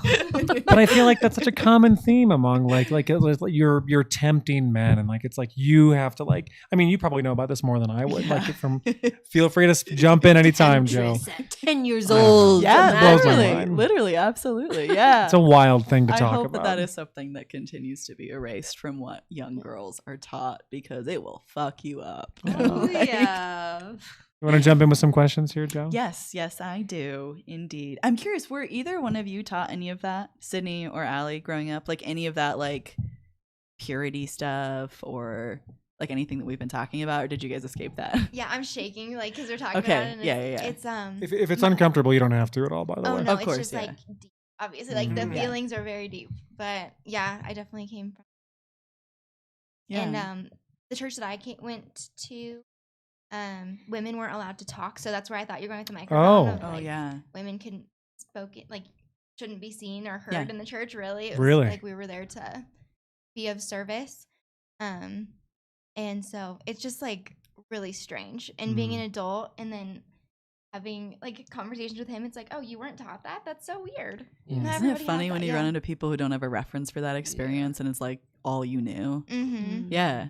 I didn't grow up strange. religious really at all. Yeah. So I just, from our experiences growing up together and some of the stuff she said, I couldn't even fathom that someone had Yeah. ever, that those words have came out of their mouth. Like, it's just crazy to me. Yeah. But 2023 is a very fun time because I feel like the brainwashing is like coming down now. Yeah. It's like we're all coming Finally. out of that matrix that they were Yeah. trying to put us in. So yeah. Well, and it's weird when you're a kid and you're taught those things and you don't Yeah. really see how strange they are. Yeah. Oh, of course not, because it's like what you know. Well, you have no frame Yeah. of reference Yeah. at that point. Absolutely. Just kind of go with the flow. Well, and like in trying to avoid sexualizing children, I feel like they really pushed Like, sexualizing children. Yes, in Which is trying. so strange. God, it's so accurate. There's like an obsession with like sex and sexuality in the church as they're like preaching the opposite. Which maybe, But they're that's a telling this to like conversation. 8-year-olds, you know, Yes. like what? Yeah, Like, It's a bizarre thing. Crazy. yeah. I Yeah. could have a whole podcast just on like, Yeah. all that shit. Seriously. Okay, so I've got one other question. Can I jump in for Please, this one? please. Not Yeah, one other. I have absolutely. more than that. So Sydney, I have some questions for you actually. So I'm super curious about like how your experience on the whatever podcast was. Like that was what like when I saw you on that initially and like read that you were like from Colorado. I was like, oh, we like have to have her on. Awesome. I was super fascinated about like how you felt about that podcast. Like what made you want to go on? Could you speak to your experience over there? Yeah, so basically I had been like a viewer of the whatever podcast for like a while. I was just really interested in like the like topics they were talking about Mhm. and like, Yeah. going back and forth, and I thought it was pretty cool how like, I see like some people on the podcast, change like perspectives and just get new perspectives and stuff like that. So I thought that was pretty cool. Yeah, and so basically I reached out to them. I let them know my Instagram, my TikTok, so they could like go check it out and stuff like Yeah. that and see if they wanted me on. And they reached out and they wanted me on. They like asked me a few questions before I went on just to kind of get, things for him to ask me questions about and stuff like that. Went on. It was a pretty good on. I think it was very cool because we had Layla and then the other girl on. Oh, They that's were right, very yeah. controversial, so it was good talk, like good conversation back and forth. Yeah, it was pretty good. We all had a conversation like after the podcast ended. Oh yeah. Yeah, we went to go eat afterwards and stuff like that. I got to talk to Brian more like afterwards, get to know him. How is he off camera, if you don't mind me asking? Yeah, so I did tell him this to his face. I told him, I was like, you're pretty different like off camera than you are like on camera. In like what way? I would say in the way that he's more conservative values on the podcast, and then off the podcast not so much. Got it. Yeah. Can you like expand on that? I'm like super curious about it because obviously he runs an enormously successful podcast. The guy off the camera, like what did I would say at first, while on the podcast, I was kind of like, okay, this guy's rude and mean just because, like, I don't know, he was having trouble, like, before the podcast. He apparently has a stalker, so. I heard that. Yeah, that's been, crazy, by the way. He's been, like, stressed out about that. And then we had this one girl show up to the podcast before we started, and she, like, came in acting all privileged, and she was like, oh, I thought a certain someone was going to be on that day. That, do you remember who it was that she wanted on? It was the guy. It's not Destiny, is it? Yeah, Destiny. Yeah, he was very interesting. So he was supposed to be on, and so when she showed up, she was like, okay, where's Destiny? Like, I'm only here because Destiny's going to be here. Interesting. She was like acting like she was like, okay, well, I don't know any of these people. They're a bunch of nobodies, so I'm not going to be a part of this. And she stormed out. Much the attitude. Yeah, and she drove all the way from LA to Sacramento that's just to wild. do it, and then she just drove back home, and I was just confused why. And so, like, I'm like, okay, she's a really famous person, like same as Destiny and stuff like that. Got like 1,000 followers, and I was like, so he was just stressed out the whole time. Yeah, and then like afterwards, after the podcast, he apologized, and he was like, hey, like I just want to apologize. Didn't mean to like yell at you and stuff like that. He was just like, I'm just super stressed, stuff like that. Interesting. Yeah. So he seemed pretty like genuine. But like overall good experience. Yeah, it was a pretty good experience. Yeah. Very cool. Are you glad you went on it? Yeah, I'm glad. Yeah. Yeah. Cool. It was definitely fun. Do you think you'll ever get like a call to come back on? Yeah, he wanted me to come back the like 2 weeks after, but I just couldn't because I was doing something. So well, you live here. It's harder to get over there. Yeah, especially the flying and stuff. Have any of you ever watched the Whatever podcast before? Like dating podcast. He like used to have like a prank channel, basically. Brian Atlas, like the host, and he kind of converted that entire channel over into like, I would say, you would say generally Redpill, like more or less, he's more. Yeah, he's not quite as like, I would say extreme as like Fresh and Fit, which is like much more like, I would say extreme in that particular space. But I think he generally comes down as like a very like, minus the marriage issue. Like he doesn't really believe in marriage as far as like his own personal beliefs. But he really comes down as like, you should be a more traditional woman if you expect traditional jazz. It's a very interesting podcast. It's very entertaining to listen to. I take issue with a lot of what he says generally. I think that he gets like 30% right. And I think the rest of it comes off as like, unfortunately, like very rude. Like it's very like, I think that that's a very successful model for him. I don't blame him for doing it. Social media. Oh yeah, it's fantastic. It is extraordinarily entertaining to listen to, but I think that like the model is generally bring on people that he can dunk on, and that's you get that too. He tried to pull up, and he was like, oh, so you believe in like traditional values and stuff like that? And I was like, yeah, of course. Yeah. And he was like, okay, well, we want to pull up a TikTok of you. I saw that little clip. He tried to clown me. It was such a bad fail. He tried to clown me, and I was like, listen to the audio. Yeah. I was like, you like how he wanted to turn the audio off immediately, and you're like, no, you need the audio. Listen to it. I think it's a bunch of gotcha moments. I just don't really believe in that. I think it's poor sport generally to do that kind of thing. But like I said, enormously successful. Like in terms of success, he's doing fantastic. Yeah. I'm just not a big fan of the way that he goes about treating women. I think it breeds contempt in men that don't have women in their lives currently. I think it's a very dangerous thing to do, or less. Maybe that's too extreme. I don't know. I don't think that's too extreme necessarily. I do think there is a lot of, again, there are points made, I think, like on the Whatever podcast. I would even say with like Fresh and Fit, even occasionally Andrew Tate. Like there's stuff that these people say, or like Just Pearly things. These are all people, if you aren't familiar, who are like in the red pill space.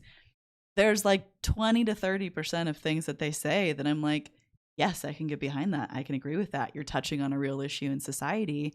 But then oftentimes they'll take that and twist it down a really dark hole that ends with like abusing women is okay. Like at the very end of the day, at the bottom of the pipeline, it gets really, really dark. And it's a good model. It's a good model to bring people in because you start with like, well, I think you should prioritize yourself. You should work really hard. Like, don't sacrifice yourself for a relationship. That's all amazing. We're like, yeah, absolutely. Yeah. No, you should value yourself. And then somehow you get to like all women are sluts. And I'm like, how did we get here?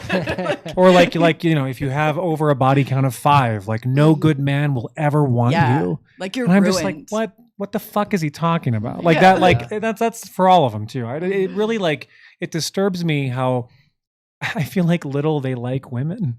I don't know how any other way to put it. Like I think it's a lot of hurt that comes out. I'm like, sure it past is. Pain. I feel like, and I hate to, I'm not trying to dunk on Brian Atlas. Like I just feel like he must be speaking from experience, from some place of hurt in a lot of what he's doing. And I get it. Like if you've been hurt in some sort of significant way, I think it's probably going to shape the way that you view women or men and from that particular viewpoint. So I don't blame him from that perspective. It's when he prescribes that hurt to other people that I think can be a big problem. I think that's a good way of putting it. Yeah. I mean, I would agree with that. I definitely think he's had some rough past I'm sure. with women for sure. And I that sucks. Like that's a horrible thing to have to go through for anybody. Yeah. And it's hard not to take your experience like if you are like and not like ascribe fault to the entire gender that has caused you harm. Like that's a super common thing to happen. I think that's really easy. Like you experience shit as a woman from man. It's like all men are trash. It's like, no, they definitely aren't. But like that's your experience speaking. I think it can be hard to work past that I feel like and it's like a separate it out. phase. Yeah, You kind of absolutely, have to, and you have to phase out of it. Otherwise, you become this little like gremlin. Well, To phase Here's out, hoping you I need never to become a gremlin on the internet. Yeah. Sidney, thank you for sharing all that, by the way. yeah, I was of like course, yeah. super curious because obviously they run like an enormously successful podcast. Yeah. So thank you for sharing. Yeah, of course. You have something in between? I'm going to ask you to queue up a question because I got to take care of my leg real quick because it's throwing a fit. I'll be right back. I didn't even ask if you had a question. Oh, no, I've got something. Bye. So I'm curious, does everyone here eventually want to be married at some point? I'm curious. Obviously, you guys are already married. This doesn't, he's like, no, I don't want it. Not- Do both of you want to be married in the future or no? I definitely want to be married. Or remarried in your yeah. Oh, sorry, I didn't mean to interrupt you. Oh, no, you're Apologies. good. Yeah, I for sure want to be married because I want like a bunch of kids. Very cool. How many kids, by the way? What's the number right now? Probably just 3 because of the economy. It's Oh, just yeah, fair. Yeah. Would you want to be remarried, Pandy? Cute. I'm thinking about it. I'm definitely on the no spectrum after already being married and already trying it out. Sure. Just like, no, I really don't want to. That's fair. What if like a guy you get into a relationship with, what if they are like adamant about getting married? Would you? I've thought of it. Of course, my mom is like, one day you'll find him. After, because I was with the last guy I was with for 7 years, married for It's a long time. 5. And so it was just like, I put in my time as a wife. I put in extra overtime. But yeah, I think it's like it would have to be a very, very special person. But even then, I'm like, marriage seems fake. After coming out of it, it's very hard to look at it like, oh wow, that's something I would want. It's just like, why not just have a like honest, loyal, long-term relationship that's healthy without having to sign my life to the government? I think that's where I'm at, where I'm like, because I've been trying to get divorced for like a year, and the papers were scanned wrong, so we need to wait another 3 months, and then it's just like stuff gets elongated, and you just never get out, and you just have to keep seeing that person over and over, and it's just like, please just let us out. So I think, after coming out of all this, I'm like, no thanks. Well, an interesting question. The reason why I asked that first is I was curious for people that thought marriage was generally a good idea. What age should someone be, if at all, to be married? Like, should you wait a while? Should you get married young? I'm really curious kind of what people think about this. Because I mean, like you were saying that you wanted to settle down like kind of like nowish, right? Like, do you think it's a good idea to like be married at like your age, or should you wait a little bit? Like, I'm curious. Yeah, I definitely think that you should wait. I don't think it matters about age. I think it matters how long you guys have been together. So I think maybe like a year and a half max. I think that you should be with that person until like and I also think that you should move in with the person before you get married. I'm going to ask that question to everybody after this. So is there an age for the rest of the people on the panel?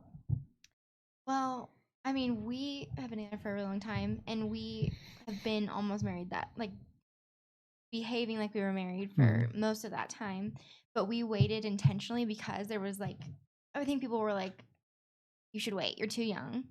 Yeah. But really, we were like, oh, we could have gotten married when we were 18. It doesn't matter. But I think statistically, I think they show relationships like marriages before 30 have a significantly lower success rate. So statistically, probably there should be. I'd have to look that up. But That'd be interesting. didn't apply here yet. There's a lot of really interesting marriage statistics out there. Like, I think it's like, what is it? Like, if two virgins get married, it's like there's a really good chance of everyone staying together. But It's I'm like 65. it's higher. Whoa. It's like 65%. But then if people have had like, specifically women, I just looked this up the other day. Oh, good. If it's like 6 to 10 partners, it drops down to like 54%. But then 11 or more, it like goes back up to almost 60%. So like the differences aren't actually as significant as I used to think they were. Yeah. I think that people can place a lot of value. Like, I think when it comes to like virginity, I think that two virgins, an extreme importance that like most virgins probably place on sex, to the point where like it becomes like a massive part of their identity in like a very different way than someone who's slept with 100 people. But like, I think we've kind of seen that in like the religious community too, where like maybe someone will stay together and just because like marriage is everything at that point. Yeah. I don't know. It's a weird conversation.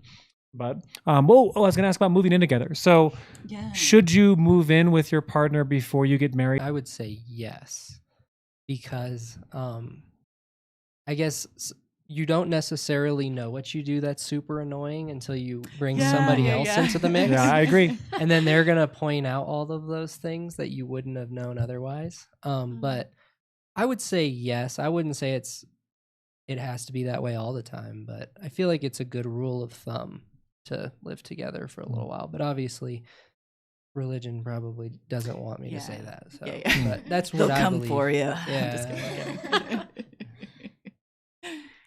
Yeah, I agree. I think that you gotta like, you don't know the ins and outs of someone until you live with them. Yes, right. Yeah, you don't know them fully until you live with them. Like you can still see good days, bad days, but like when you're not going home after or whatever it is. And also people use this thing where they're like, okay, since we've been fighting, let's go to our separate houses and we can take a break. Yeah, that's you can't very do true. that when you're living together. So you got to see if you like Can if mesh. you can't have those breaks, how are you going to work that out? Yeah. Yeah. What do you think, Pandy? Wow. Move in together or nah? Before this year, I would have been like, absolutely not. Yeah, I see. Yeah, I get it. I get it. Yeah, exactly. that's what I used to Like, think too. I think I started talking to my mom about it this year, just like the fact I'm like, I don't think I could marry someone without living with them first. And she's, the classic. And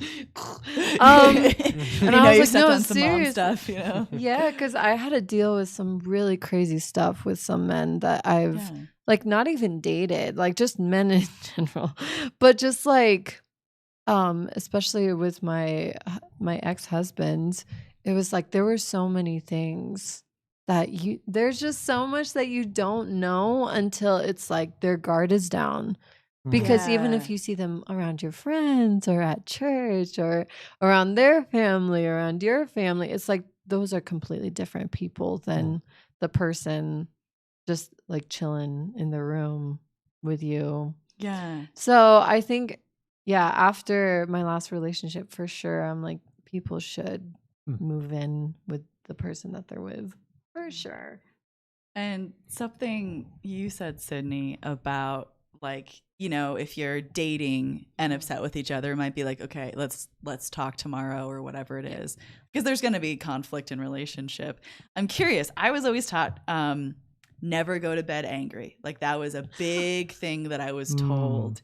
And what do you guys feel about that statement? Do you ascribe to it in your relationship, or would you want to? If saying like never go to bed angry is kind of that's obviously. I feel like it's pretty impossible. It's like an impossible task for people. But I do believe you should have a conversation about it. It does not necessarily need to be resolved before you go to bed. Like if you just talk about it for 5-10 minutes, if you still don't agree, that's fine. But at least you guys put the effort in. Yeah. Because a lot of times, whether it be sleep, meditation, things like that, that's really what people need to get that perspective, to not be mad at the significant other, so that you can both just apologize. Yeah. And sadly, time is really the only thing that could fix that sometimes. Like talking about it could just make it worse. Right. So you can like spiral upwards, you know, and like emotion and heightened and Exactly. So yeah, going to bed angry, as long as you guys have tried to work it out, I think that's fine. Yeah. I agree with that. I think that you don't have to resolve it, but I think it's good to talk about it, because for me personally, I suffer with BPD too. So if I'm like in a fight with someone, that's all I'm thinking about. So I at least have to get a little bit of closure, or I'm not going to be able to like sleep.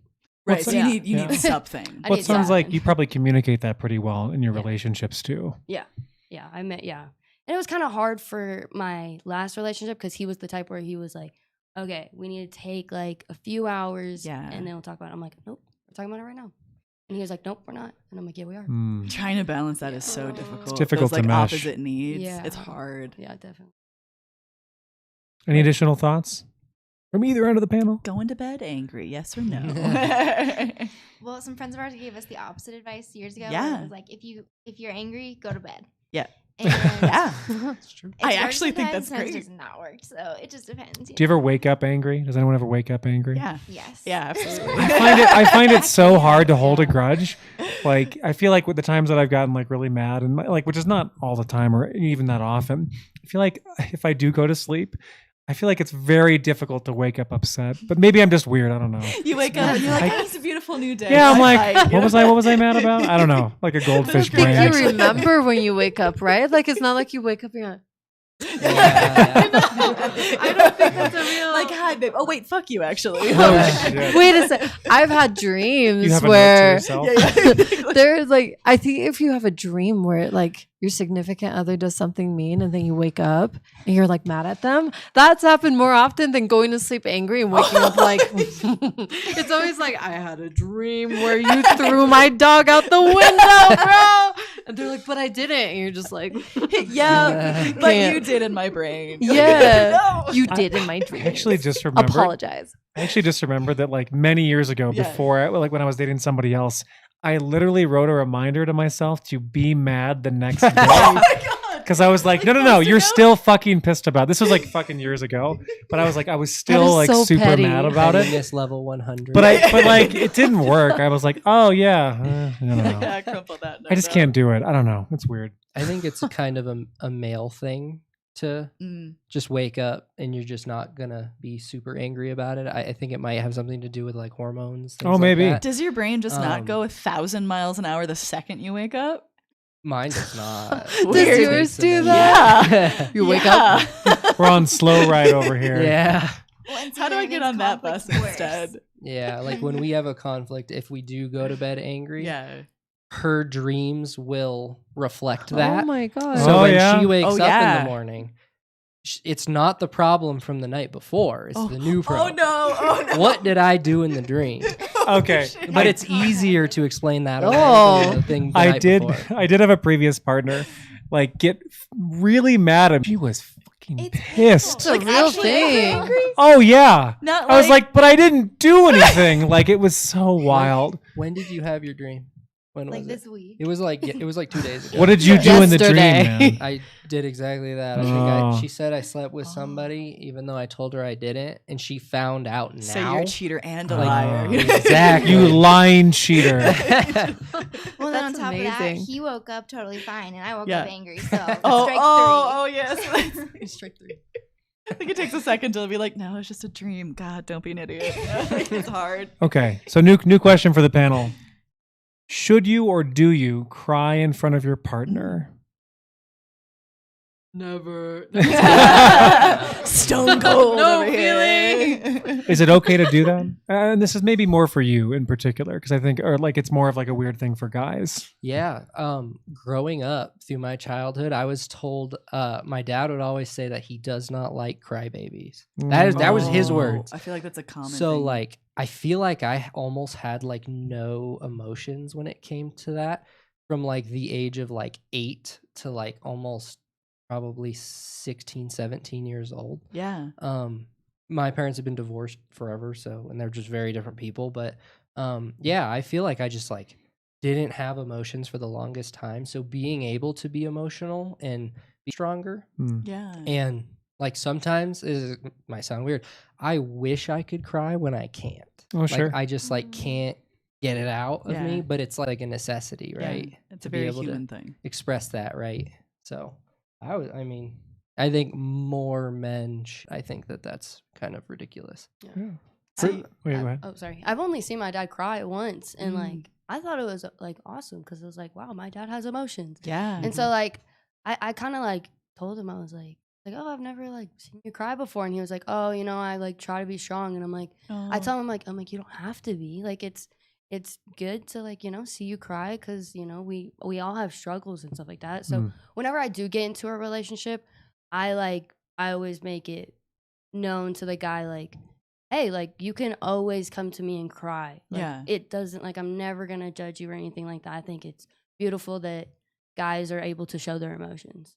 Yeah, it's like that vulnerability and connection. And you said you feel like it's brought you guys closer, like being able to experience and express emotion. Oh yeah, definitely. Yeah. Like, nothing brings you together like crying together. God, that's true. And Yeah. then, yeah. Like crying together or just crying in the shower. Those Yeah. two things are just like life changing. Oh. I don't know. Would it's write a like- prescription Interesting. for. Yeah. It's like you just need a good cry. That's all you need. See, Yeah. I think I'm weird because like I don't cry for like emotional events in my actual life. Okay. Like, you know, I've gone to like funerals of like, you know, extended family members and I'm not crying there, but like I'll cry at like an Office episode. Oh Or yeah. like, Yeah, I'm not like yeah. bawling, but I'll tear up about something like that. Mhm. Like I think of like some of the finale stuff and I'm like, oh God, man, that I'll was start like really good. crying now. But I don't know. I'm like super aware. I haven't like had a good cry for like a lot of years at this point. I don't know. I can't force myself to cry. I don't know. It's can't weird. Either. Which- I can't either. But Which yeah. is interesting because, like, I don't see you, like, I've known you for years. We've been good friends for years. Yeah. And you're not, like, an emotionally repressed person, I I don't wouldn't think say. I am I don't generally. think so. Yeah. But, like, all right, maybe crying just isn't the thing for you, you know? I feel like I had a really intense relationship like many, many years ago. And like when that ended, I fucking cried all the time. Emotional And then- constipation. That's what it is, bro. But but I feel like First after that, it was like the faucet was off for crying for the most Oh, part. interesting. I couldn't tell you why. I just feel like things generally were dulled afterward. And I'm not sure if that's good or bad. Like I don't feel like I'm emotionally repressed. Yeah. But I just like it. Nothing ever felt like it hit those heights again. I'm sure there's a reason for that, but Yeah. couldn't tell you why. Yeah, that's like kind of the same thing for me. Like after like my parents' situation in like California and all that type of stuff. Yeah. Yeah, it's like hard to cry. Yeah. I probably cry like once every couple months now. Mm. Yeah. And I'm like, I think about that. I'm like, is that bad? You know, I'm like, don't I know. don't know. I find myself in that position now where, like, I was also, like, super emotionally repressed for many years. Like, just didn't feel anything. I was fine all the time. Everything was great, you know, as I was, like, crumbling Peachy inside. keen. Yeah. Yeah.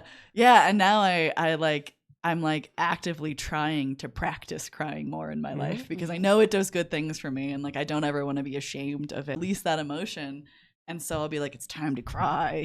Hasn't worked yet, but Also, for you, have you had like a cry session where you are almost like happy to be crying? oh God, yeah. Yes. Yeah. I'm like, I did it. Okay. This feels great. Yeah. Do you have like a method for that?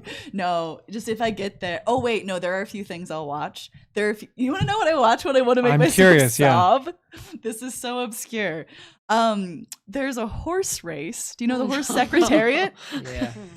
I There's, do. like, Well, my sister was an equine science major. So like I heard about, War Admiral, Oh, like yeah, yeah, like Secretariat, all all the- that stuff. I all hope I the got that right. horses. She'll probably be watching this and be She'll like, be you like, said it "Actually." wrong. Sorry, go But ahead. there's this particular moment where this horse, like, it's like the crazy race, right? And this really happened. You're not going to start and crying right now, are I you? might. It's Okay. possible. No, I'm kidding. Anyways, he it's almost the end of the race, and like it's super neck and neck, and then this horse just like takes off and leaves everyone in the dust, and it's like the perfect picture of seeing an animal do exactly what it's designed to do, and I bawl. So that's a good one. And then there's like some Office episodes. Oh, yeah. You got to have your little cry triggers. I store them up. Has anyone ever seen the movie Big Fish? Oh God, the end of You that. guys have seen that? Yes. Okay, the end of it, There. like right as he's being like carried over to like his entire like group of friends, that always killed me. Yeah. I couldn't tell you why, but like that scene like annihilates me. If I watch it for the whole thing, I'm like, oh man, like it just feels so beautiful. Have you seen this before? Oh, you gotta No. watch. You gotta watch it. Big Fish is an awesome movie. And to the end. Watch it to Oh, the end. it's Yeah. fantastic.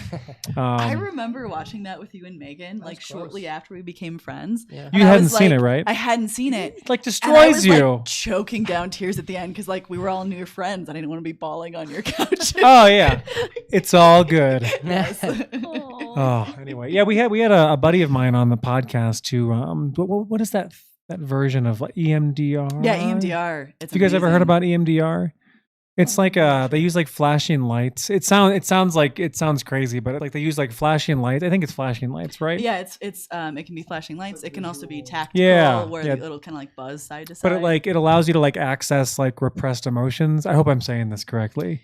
yeah, it's a form of processing trauma. Yeah, but that- he was able to have some good cries and like stuff that he didn't realize he was like really emotionally affected by. I've heard a lot of people do this, and it's like super effective for them to access those emotions that maybe they were repressing to some degree. Wait, what is it called? EMDR. EMDR is amazing. EMDR? I thought it was when It sounds not like nonsense when you Yeah. listen to it, but like I've Yeah. talked to 3 or 4 different people that have done it. They're like good close personal friends of mine, and they said it like changed their life afterward. But my therapist recommended it years ago, and I was like, this is the stupidest thing. You want me to follow Yeah. like a light, like back and forth, and like, just like what comes up and stuff. I did not believe in it for a single second. And then I realized 2 weeks later, I was like, stuff let go. Like I feel really different. And I feel like that was powerful for me because it wasn't a placebo effect. I was like, this is bullshit, but I'll do it because you asked me to. But it's a super powerful therapeutic method. I It's was something I thinking highly of recommend. trying it. Yeah. I think I had to relearn how to cry this year. Yeah. For sure. Because it was just like, Yeah, no, for no. sure. But yeah, I've definitely heard of that. Yeah, sorry, I'd recommend random checking thing. into We're it. talking about Yeah. Big Fish and EMDR. Yeah. Yeah. We're all over the place. It's what podcasts are for, though. Ours are not super structured. Do you mind me asking a question? Yeah, go for it. Please. People always think I'm crazy when I say this. It kind of makes me Please. think of the crying thing. Okay. Has anyone here ever heard of or tried primal screaming? Oh. I don't think I ever have. but- I feel like by definition, yes, I That's a- please. I mean, yeah. I guess there's Would you probably like to demonstrate? to Yeah. me? Not here. I've already, Not with the mics. too many. Yeah, I don't want to hurt the mic, but I actually heard about it on Joe Rogan's podcast. He was talking about it, and it's like kind of for those moments that you can't cry, but you just have so much pent up anything in here, and you have to learn how to do it because you don't want to hurt your like Vocal cords. vocal Yeah. cords Oh, and stuff. But it's interesting. kind of just like screaming from so deep inside. yeah. I never do it around I-25 or something, but yeah, I mean it's powerful if you could really learn how to do it and kind of connect with it. I think it's great. It's kind of like meditation. It's kind of like the opposite of meditation, but it Yeah. kind of Just a works the same way. Burst of emotion. Yeah. Oh, I mean, yeah. I've definitely like screamed in my car before. Yeah. That's right. definitely- It's a Oh universal yeah. So I guess I probably have done that. Get a routine going. I think that for some people, Yeah, there's another one. Wow. Hashtag routine scream. I was on his stream the other night, and they're like, "Are you ever gonna have a routine streaming schedule?" And I read it as screaming. Like, absolutely, we're doing Maybe I it. should have a routine Yeah. screaming schedule. you could do both. You could Yes. stream and scream at the same time. Be I a would watch. fascinating watch. Okay, so easy question for everybody next. Who pays for the first date? I mean, I was raised it should be like 50-50. I think Okay. you should pay for yourself. But you definitely like no. Yeah, I definitely paid, but I don't think it matters Hmm. either way. Yeah. Yeah, I don't think Yeah. it's a big deal. Yeah. I mean, I would like if the guy paid, but usually in my past experience, I pay for everything. Oh, Okay. really? Yeah. Wow. Okay. If you pay for something, like does that like X out the person? Does that make you feel weird about who you're dating at that point or no? Wait, what do you? Oh, like so like if you pay for the first date, Mhm. does that make you think differently of the person you're with? No, just because that's always how I don't know. I've always paid Hmm. for everything, so I don't really think any like different. Okay. Yeah. Fair enough. I feel like it's like a weird test Yeah. sometimes when it comes around and it's just like, are you You gonna do the fight dance. me? Are you gonna Yeah. fight me? Yeah. Like if they don't, I feel like that's a better sign than if they're like, no, I'm just gonna do it. You know? I love grabbing the check before somebody can do that, but I do that for friends too, though. Well, that's So- for the power of friendship. It's different if it's like yeah. a So like first Care date Bears and in it's here. like, Yeah. well, like if The a power of guy he friendship. does and it's like, oh, he's like, no, I got it. I think it depends what they say after they like take it on for themselves or like Yeah. how they approach it more than it is like who actually ends up paying. Mm. I think it's more the conversation while you're figuring out who's gonna pay. Yes. Fair. Also, I think that like maybe like whoever came up with the idea to go do it, then That's what a lot of yeah. people have been saying. Yeah. Yeah. Right. That's right, been a- like the yeah. invitation. Usually kind That's been a common theme with almost everybody that we've asked. Oh. I think that generally, like what you'll see on pushback on that is, well, guys normally like plan the dates or something like that, or guys are the ones who ask out women. I honestly don't think it's a big deal either way. I mean, like Yeah. we're talking about the first date. I mean, Yeah. if you were going to pay for like 50 dates, that might be a little bit different. Yeah. But I think I generally I like to pay for the first date, but then if we go splits on something later, I don't really care. So Yeah. What's specifically for you, Sydney and Pandy? Pandy. I said that with What an in the accent. world? Pandy. Pandy, of course. Yes, but of course. So as people who are single, thing that you would change about dating in 2023? Social media. Interesting. Mm. How Yeah. so? I just think that it just gives access to literally everyone all around the world. Like, Mm. if you didn't have social media, you would just have the people you meet on a day-to-day basis, which Mhm. sometimes isn't really a lot of people, because some people just go straight from home to work, home. Yeah. So I think it gives guys and girls less opportunity to cheat. Mm. So social Oh, media. social media. Yes. Blow Yeah, it just up. leak Wait, YouTube. but subscribe to our channel. Hold on. Yeah. No, I I get feel it. like YouTube's different though, because Yeah. you're not meeting Good. anyone. Good. Yeah. YouTube's great. Yeah. YouTube's YouTubers. great. Fantastic. I just mean like Snapchat and Instagram, because like Mm. you're basically plastering yourself for other people. Mm. Snapchat is Come in your disgusting. DMs. I don't understand why people have Snapchat in What a- general. The guy's like, "Hey, can I get your snap?" Yeah, It's like, I just, no. like, I only talk to my You parents not. on Snapchat. Yeah. I'm like, That's true. I'd be snapping my the dad only all the time. ones. Yeah, Yeah. because So- that's a disgusting. Like, oh, the picture's there 2 seconds and then it's gone forever. Yeah. What else do you need that for? The implication is Die. clear. So social media, you think generally bad for relationing? Yeah. I don't know. I think that just with my ex, he would literally just scroll on like Instagram and just Mm. his whole like it's not For You page, but like the feed. the Yeah. Sure, yeah. Yeah, Insta feed. yeah, that like Insta Like feed, but it's Instagram like models? the stuff that you look at. Yeah. Yes. And Mm. he would just try to find the best, you know. Mine's a bunch of Mm. cars. That's exactly Uh, what mine is. Just cars. Women are like cars. Really, what Oh, I'm trying to looking at say. women. What are you doing? Oh. So I mean, you currently have an Instagram account. Like, I think this Yeah. was a question that might have been asked when you were on whatever. Is like, Mhm. if your significant other wanted you to get rid of Instagram, Mhm. would you?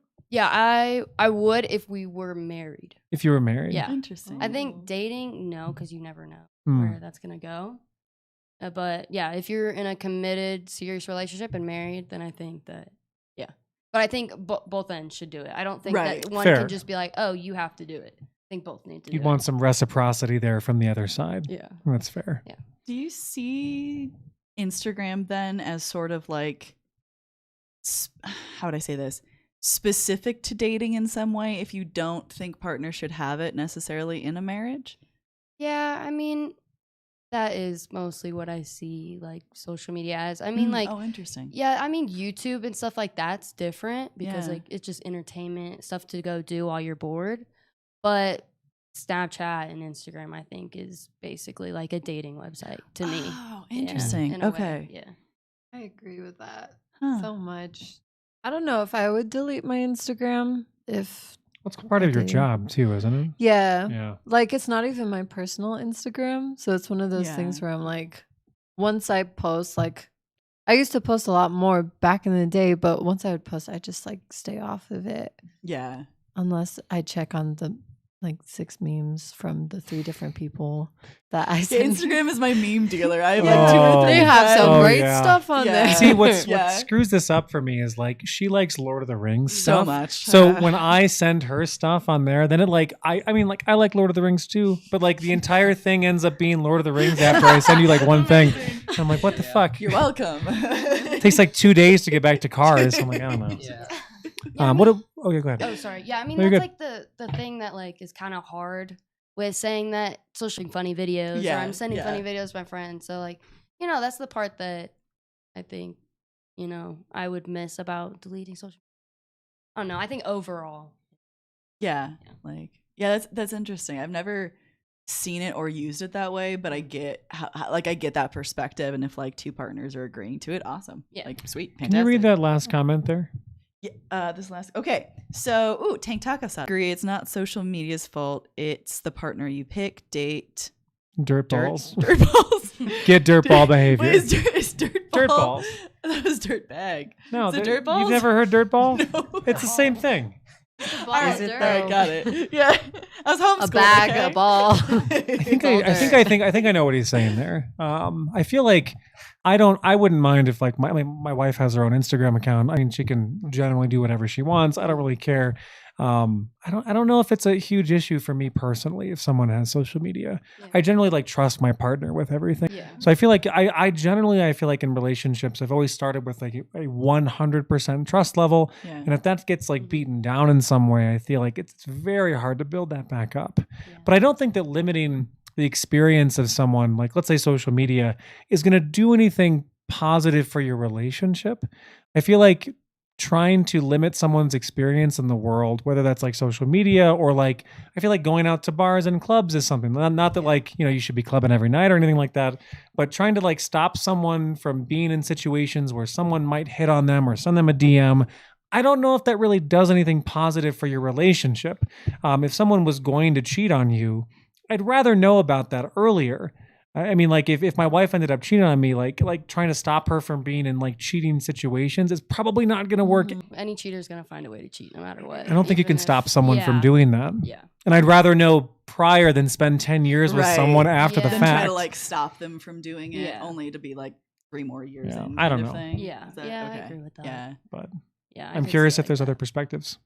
I definitely think certain types of social media can be like an infidelity generator almost, because I think that for certain people, obviously our feed is cars, but there's a lot of like, hey, I'm in the shit basically, and I'm like, why? And he showed me his Instagram feed, and it was Oh. all women. It's very And revealing. his girlfriend found out about it, and he's like, how do I change this? And I'm like, stop looking at women. That's how that's how you change it. Stop liking all those Yeah. posts. And I'm like, listen to other things. But it was just so overly saturated with things that social media thought he wanted to see Mm. that I think it kind of like, I think I can say like the adult film industry. Yes. Similar thing to that, where it almost, at least in men, because I'm a male, I think you kind of get addicted to it. Mhm. And then it builds Yeah. like the false, like the wrong idea. Like this is not actually how life works. This is Mm. just kind of what a social media site wants you to see because they want to keep your Sure. views, right? I think what you're saying is very true in some ways. I think that when it comes to like an addiction level, social media can be horrid for a lot of Mhm. people. Yeah. Yeah. But I feel like, and maybe I'm wrong on this, feel free to disagree. Mhm. I think that social media is more like, it's an enhancement of things that you might be already feeling like exacerbated to a particular degree feeling, whether that's good or bad.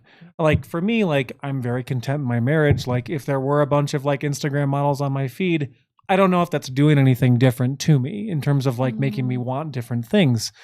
I feel like if you're looking for something else, like if you just deleted Instagram tomorrow, I think a lot of people still have the exact same feelings about it, but maybe they're not expressed and exacerbate things to a higher degree earlier, which it's not like it's good, but I don't know if it's bad either, because you might have a better understanding of like what's happening. I think trying to cut things out from your life to try to like stop temptation, I don't know if that really like, I don't know. Maybe I'm off here. I don't know. I was trying to think about that. It's complicated. I think it's complicated and very situational. There are definitely times where I think cutting something out of your life is absolutely the right thing to do. If it's like an addiction level, maybe. Or even it's just a problem.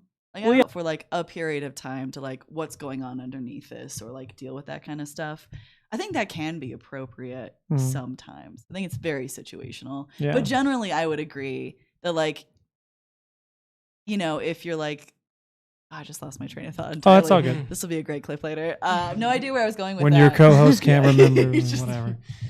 I don't know. I think she said something earlier where she was like, even if they delete one of the platforms, like they'll still find a way. Yeah. Because my ex was definitely a sexual addict because Oh, he yeah. cheated on me on every single platform available. Oh, yeah. So it yeah, was I'm just sorry. like, it doesn't really matter. Same thing. It's like, it's the mentality of the person more than it is the actual apps, but the apps give you access. yes. Sure, that I totally agree with. Yeah. And the bad thing I think too is with the adult industry, they like push ads everywhere, Yeah. like flood your feeds with it. Question. When it comes to corn, let's say corn, is corn always a bad thing for men and women? We'll keep using that word. I think that word works, right? Yes. Yeah, we'll do that. Oh, you think it is? So you Yeah, said yes? Okay. Popcorn. Yeah, popcorn. That's even better. My favorite snack. I think it's a problem just because the guys that I have talked to and the guys that I have, like the guys who I have talked to that do consistently watch porn. You mean or popcorn? Popcorn. We eat a lot of popcorn. I think I was like mid-drink. I was like, I'm gonna die. I think that definitely the way that they talk about intercourse and stuff like that is definitely different than Oh, the guys interesting. who don't watch porn. And honestly, I feel like they have more drive to do other things, like like with their career and other stuff. I feel like they're Yeah. more, I don't know, career driven than the guys who. So it's like a distraction and a Mhm. hindrance, you see it as? Yeah. Okay. Yeah. Yeah. What do you guys think? I think it's a bad thing. Mhm. I wish I had a really good explanation on why I think it's a bad thing. Yeah. I just think it's too easily addictive for obviously good reasons, because it spikes dopamine and things like that Mhm. in your brain. And when What you're are you laughing about? This is serious. We're talking about corn over here. Come on. Sheesh. Just a comment that Taylor left. Oh no. Sorry, I'm Wait, so what did he sorry. say? Wait, hold on. We'll Yeah, come we right have to back to hear you. it Wait, now. what did he say? I didn't mean no, it's to like okay. I saw it. It's okay. Now I can't get the corn song out of my. Yeah, do you guys oh. know the corn song? Yes. Oh yeah. It has the juice. Oh, Now it's in man. my I'm so head. sorry. Oh god, this is a weird mashup Taylor, of stuff. this is your fault. I'm gonna personally. I'm blame sorry. you for Can it. you continue with your thought? I guess the direction I was going, I think an adult can do whatever they want when it comes to corn, but I think the fact that children can just Yes. Sure. jump on the internet and access it, I think that's extremely I'm with you there. bad. Like that's scary. I would. Yeah, I would jump in and say that I think it's very, particularly for men, I think it's very hard to have like if you can even qualify like a healthy relationship with corn as something like where it's not becoming addictive, it's not taking over your life, and it's not influencing your actions, maybe like with your partner in a negative way. I think that can be a very easy pitfall for a lot of people. But I do know a lot of people that like have like a perfectly fine relationship with it, where it doesn't like mess their lives up at all. But Yeah. I think it's probably more a bad force than good generally. I mean, I hate to call it bad. I'm not even like, I don't know, net negative. Yeah, I think it's one that I'm really torn on You're Mostly, torn on I'm corn. torn on corn. God, can't get through a serious thought without that song coming back up in the line. Thank you, Taylor. I think something I would be interested to do is like more research into the effect it has on both the people performing, like long-term mental health, and also like long-term consumption. I know that it is like a real problem for like young boys specifically. I'm Sure. not sure of the research on like girls who start watching at such a young age. Like it has like biological negative effects if you start consuming from like such a young age. Sure. But like I personally don't have a problem with it at all. I don't have a problem if like my partner in a relationship watches it. Like that's not ever been something that bothered me. I think it can definitely get to a point where like if it's interfering with things or like conversation. Sure. Yeah, this goes against everything I was ever taught because like, you know, I was taught that it's like the worst thing ever. I want to be more educated on it, but I just know my personal position is I don't really have a problem with it. I don't personally have a if it's problem with created it. in an ethical way. Sure. Absolutely. Yeah. I think that's a given. Yeah. But anyway, random conversation Yeah. about And also for people asking in the chat, we can't say the word, but we're talking about adult entertainment that rhymes AE. with corn. Yeah. on the I cob. think people generally know Yeah, what no, there was someone who asked. me Imagine about if this. we I were wanted just to talking about qualify. the vegetable corn. instead. Yeah, just We're qualify. not talking about corn fruit. Right? From I Iowa. think We would- corn is always. I think after being in the relationship I was in, I'm Yeah. like, addiction in general is a no-go for me. And that's probably a really high standard to have, is to find someone who's not addicted to anything. I But don't think it's that's a kind high of standard to have, Pandy. maybe not. I know. I think that is but a it reasonable feels like it expectation. because some people you'll bring up Mm. stuff like corn and they're like, but that's like my stepson, like, you know, Oh, like yeah. they protect it with their life because, oh no, it doesn't affect me at all. I'm like, Oh, then yeah. you should, if it doesn't affect you that much, you shouldn't be defending it. It's not even alive. Yeah. But I don't know, for me it's a complete no-go at all. Yeah, I'm That's like, fair. oh, if you have Do you think it always equates to an addiction, or are you saying just like in general, any kind of like corn consumption is bad? I think corn I can't. corn It's just like consumption we're trying so is hard. pretty bad. I think similarly to what she was saying, it's like that weird like, what are you doing with your time? Fair. Okay. Like, how much time are you investing in this like distant relationship that other people are having? That's not even actual relationship. Right, like just stimulation. Basically. It's just stimulation. So it's like, how often are you just like tapping into random Mhm. to For that quick hit of- stimulate with dopamine? Yeah. Dopamine? Yeah, dopamine. Right? I think. Serotonin? Yeah. It's like- yeah. I don't know. Dopamine. Why? The Why do feel that? Yeah. Yeah, Emotions. exactly. That's Yeah, it's like, why do that instead of finding something that's like actually life giving that you could find dopamine For sure. right. in, Hmm. you know? But I don't know. What do you think, Callie? Well, I just keep thinking like couples watch corn together. Yeah, yeah, And we tried it. It really wasn't for us. yeah. Oh yeah. But like, do you think that has the same impact as like solo? Like maybe that gets rid of some of the negative That's a aspects. Watch- Watching that's a- together? Yeah. Mhm. Yeah. I think that's a really good question. I mean, like, I think that could definitely, if people are willing to do that together, kind of overcome some of the feeling like it's cheating or feeling like it's like looking at other people aspect of it. Yeah, I feel like that's a different conversation and a really important one because I know a lot of people do that, and like if that works, then again, fantastic. Like, yeah, I would have to agree. I think Yeah. I think watching porn like as a couple, I think that'd be fine. Right? I think that's fine. But Watching it pop in the microwave, Why like, not? it's so good. Take it one step further. Maybe you make Next porn podcast. together with your partner. Exactly. Yes. Actually, I feel like that could be like a legitimate thing where like, hey, you don't want someone looking at like your like somebody else who's like a rando like on the So you're internet. like, all right. We're like, we'll make something together. That'll be great. I feel like that's a great solution too. Winner. We've solved it. Yeah. Um, Well done, all of us. What do you have next for questions? Okay. Well, kind of in Ooh, the red flag? similar no? vein. That one. Oh, wait, whatever one. Yeah. I was going to go How for your did red you flag one, but go for it. no, it's your question. You go for it We're just gonna keep going back. No, you go for it. after you. I think we asked this question last week, but do you personally Is sex a need for a happy and a fulfilling life for you? Yeah. Definitely. Yeah. Yeah, Okay. for me, definitely. So serious. Absolutely. Yeah, Yeah. absolutely. We've had that conversation a lot too, and Yeah. we are both very compatible when it comes to sexuality and things like that. Yeah. Yeah, and a lot of our friends, it's hard to see when they have different sex drive levels. Right. It has Yeah. a really negative impact on their relationship. It's really hard to watch. Everything I've heard from it is, yeah, Yeah. Like it's really hard to navigate. If you that. can't match up like your sex drives. Mhm. Yeah. exactly. And a lot of it happens too, like after birth and things like that, with when a woman's hormones are just Oh, going sure. crazy. Oh, Shifts, sure. Yeah. So I mean, I've even heard that where it's like they started and they both were having fun every day, Something changes. and then it goes to like once a week, and then Mm. once every 3 weeks, and then Yeah. the man he always has the problem with it, Mm. and has to figure that out.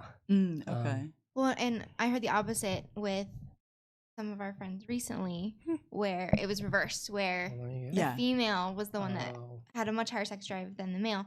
And on top of being frustrated that way, it's just a big ego blow, I think. And Oh, the way women yeah. are taught. The way that- we perceive ourselves and like yeah. and it, like that kind of rejection was really difficult for her. Mm. So, I mean, both ways, I just think Yeah. that really sucks. You're like, my body was supposed to be a weapon. What? Yeah. Yeah. Why can't I use it? What do you think, Sydney? Yeah, I think it's very important because just like I said earlier, I'm like a super sexual person. So, Yeah. yeah, Whole life for you. yeah. Just like Yeah. what they were saying, like you have to find someone who matches your sex drive. 'cause- Yeah. Yeah. Mm. Like that's Yeah. important. But this year I'm like, yeah, Yeah. yeah. That's awesome. Feels like you've had a lot of changes in this last year. Oh yeah. Divorce will do that. Don't try it. it. That was a good question. You want to talk about the Yeah. red flag thing? The first date red Yeah, flags first date, or yeah. The first date one. Yeah. Aside from like the basics of if someone's like really rude to the waiter, what would be a first date red flag for you personally that you'd be like, nope, I'm out, or like, Imagine- that's a bad sign. Imagine you're single yeah. once if again. you're- Yeah. For me, if the person doesn't like dogs, it's like, Oh! okay, Big one. okay. That's true. That's like doesn't matter how great you are, you don't like dogs, we're done you here. can't be that great. It's not Yeah. possible. Fair. Yeah, I don't necessarily just have one. Obviously, dogs are like the key indicator of good people, but just like an enemy. I've had Yeah, some come on experiences. now. Previous know. candidate. They're evil. No. But one of, I guess, my weird one, and I kind of have this with friends and things like that too. Mhm. Hygiene, Oh, man. Oh, primarily teeth. Like if someone just like has really good smelling breath and like, I don't know, white, nice looking teeth, I'm just like that. They're a winner. Yeah. I don't know. I don't know why. It's just You're like really you're weird. like a teeth guy. I am. Yeah. I like to see someone like takes care of themselves, and then they can take care of you as well. And That's a really good You share indicator, values. actually. I feel like a lot of people put their teeth kind of like on the back burner. I think it's because you can intake so much. On the I feel back like row. it's difficult yeah. too Yeah. because it can be like so damn expensive depending too. Oh, Because that's I rough. totally agree. Like that's a huge point of attraction for me too. Yeah. But it's also like a socioeconomic issue for a lot of people too. Where like I had access Yep. to braces and like I had to get a crown last year and it was terrible. But like I figured out the money for that. But yeah, that I get that. That makes a lot of sense too. Gotta stop eating that sticky candy. Never. I will never Pulls do it out. that. I think a red flag would be just like being negative because I've just been a lot of okay. people that just negative about just everything. Big pessimist. You can't. There's like nothing good that comes out of their mouth. Like they can't say anything good about anything. Oh yeah. Yeah, Mm, that's a red flag. Yeah, that makes a lot of sense that's a too. good red flag. She's Oh my like, gosh, she's if you stealing make a that joke one. and they don't It's laugh- mine now. That and the teeth. What was that, Alan? If you make a joke like on the first date Yeah. and they don't laugh, Oh yeah. Ooh. Oh, no. I feel like matching humor is such a big deal in terms of like, I guess like I was gonna ask like what green flags are, Yeah. but I feel like if someone gets my humor, which is like it's whatever, like if we can match up, it's fantastic. So, did you have any red flags by the? Surprising, like, wow, that is the red flag. That is it. Oh goodness. But okay. just there's this one guy that I've been seeing a little bit. He goes out dancing, so I see him very often on the weekends. Dancing? Dancing. Where do you guys go dancing? Don't answer that. No, sorry, no, sorry. Down No, that's not what I in meant. the bar. No, I didn't mean like a specific place. I mean like what kind of like place are you dancing? it's like Sorry, it's that's two- that's not what I meant. No, I didn't mean to like It's like That's not what I country meant. dancing, two-stepping. country. Yeah, that Oh, kind very of cool. dancing. That's So awesome. it's like Yeah. partner dancing. So it's not like grinding. It's really fun. So we met through that. So it was great. And we've hung out a couple of times. The last day when it snowed really hard, I actually hit a guardrail. And so it was coming home yikes. from dancing. So I ended up spending the night at his place. Yeah. I don't know what word came out of my mouth. You're good. But we ended up hanging out until like 6 p.m. the next day. We were just chilling, had the best time. Like the whole day, I was like, this is so great. We talked about like so many like really deep topics, just about anything. I'm like, this is great. And right before I was leaving, we were hanging out. He was dropping me off in his car. And he like mentioned his ex. And he's like, yeah, there's just like sometimes my sense of humor, I think it just like gets miscommunicated. That was one of my biggest points of contention with my girlfriend. And I was like, oh, yeah, really? He's like, yeah, like this one time, he's like, this was one of our biggest fights. He's like, we were in a group of friends and he made an SA joke Yeah. to a group of Oh. friends. Mm. And he was like, and she like was so pissed after that. And he was like, but like it was perfectly set up. It was Oh, that's perfectly not the blah, point, blah. though. And it was like just like perfect. And you know, and I was just like everything attractive about this person just like I'm like Just disappeared That was in it that for one you. moment. I just looked at it, I was like, that Yeah. is never funny. Mm. Never. He's like, never? Are you sure? And I was like, never. He's like, are you sure? and That you're like, was yeah, it. all the attraction. All The the attraction. ugliest. See you later. Literally, yeah, every bit of like, I'm like, I think it just went into the crash. Everything crashed into the trash. Yeah. That was awful. It was Yeah, just and like, especially oh. if the person that you're with doesn't appreciate that kind of humor, which is a very specific kind, like you don't make those jokes if that's been expressed to you. That's Yes. real simple. Yes. It's not difficult to Ooh, follow. some other people had some red flags here. Ooh, okay. Pat, hi Pat, by the way, says someone who's checking their phone or texting while on a date. Absolutely. Yeah, I think like whatever. Yeah, you that's know, different. Like that, I feel like would be different. Yeah, of course. I think also another thing is like if they talk about their ex all the time, like Oh, constantly. Oh, that'd be yeah. such a major Really. If they turn bag off. on their ex, if they bring them up and they're like, you know, Yeah. blah, blah, blah, like, fine, nice, that's fine if you bring up stories or something. But if they're like, they were garbage. Yeah, would- they're like bashing immediately- on all their exes constantly. Yeah. Ugly. I don't often talk about my ex unless I'm like illustrating something Yeah. that like really didn't work or that I want to work on or something like that. But it's not all the time, like ever. It's like very rarely. But so conversely, like what's a good green flag? Like what's something that like if it happens on a first date, if you can think back that far, like what's a good green flag for everybody? Like what are you looking for? Maybe something like specific to you that you'd be like, oh yeah, that thing. I'm gonna need a minute. Oh, absolutely. Take Oh, your you're time. good. Take your Take your time. time. We I think can start We've already kind of talked about it, but just like laughing a lot. Mm. Yeah. I love to laugh. Like that's also that's another feel good emotion, right? That also spikes dopamine, serotonin. Yeah. Oh yeah. So, yeah. And like bonding too. yeah, just like someone laughing you with can someone. laugh with, and it's just not. You feel like you're not having to force it Mm. ever. Yes. You can really just be who you are. So it's like kind of where you were coming from, where he wanted to joke about things like that. That's not like, I don't see that as like a person you should have to change. I just feel like you're just like, cool, off the list. Like, Yeah, like not for me. yeah, like I don't agree with it, but also it's like just fun. Like you just have to keep going until you find somebody who genuinely is someone who matches with you rather Yeah. than has to try to Sure. be a good match for you, you know? Yeah. So just the simplicity, just having a good conversation and Yeah. laughing is good. Yeah. Green flag. Like that natural feeling to it. Yeah. Yeah, I was gonna say. Okay. Oh, you're you're good. No good. worries. Like upfrontness, like Yeah. them showing up to the date and being, hey, this is what I'm about. This Yes. is what I like. Some Like, authenticity. Huge. Yeah, Love I that. love that. Absolutely.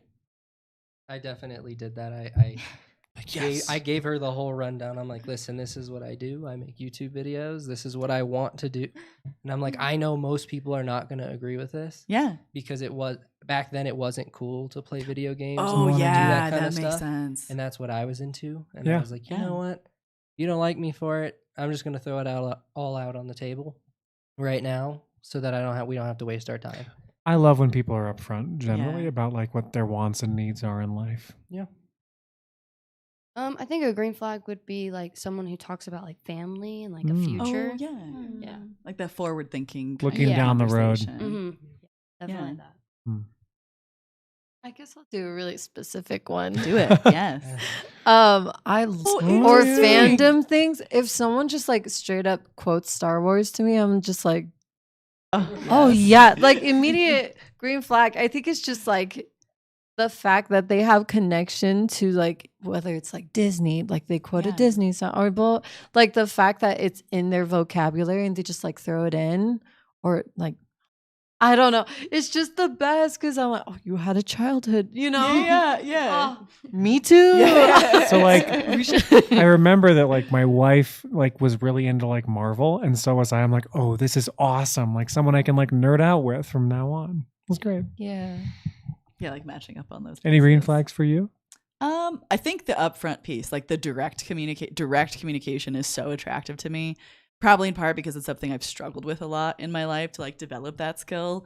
So when someone brings that to the table, it's amazing and so refreshing and so like guest stuff. But it also is sort of like the invitation to do the same and also be direct and like bring that forward in myself. So that's a huge flag for me. Very cool. Do you have any additional questions for tonight? I have one final question. Lovely. In case you have anything. Oh, I'm good, but else. we'll go for it. I think I'm going to keep ending podcasts on this specific question. For each of you, what do you define as success in a relationship? You can take your time, by the way. This is like not a super easy question. So feel free to take a moment, collect your thoughts, Take it any direction. and anyone you can want. jump in. Talked about this earlier. What was my answer? I don't remember. I think we had two things. I'm trying to remember. Yeah.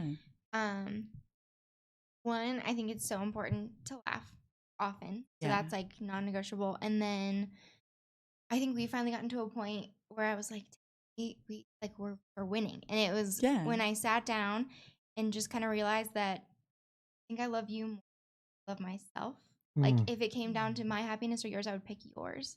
And I don't think that's very common. I don't know if that's super healthy. Like, you know, if it's not mutual. But with it being mutual, I think it's so cool. So yeah. Like where you're actually putting each other That's like cool. in front of each other. Yeah. Like in a healthy way. I think that's beautiful. Yeah. So there's no like taking advantage of each other because you're always looking out for the other person first. Yeah. And they're looking out for you, so you don't have to look out for yourself. It's like it's crazy cool. Like your back, you like they have your back, period. End of story. Mm-hmm. Yeah, I love that. Is it called like the honeymoon phase? Is Yes. Yeah, Like the earlier first- points in a relationship. So Yeah. I think that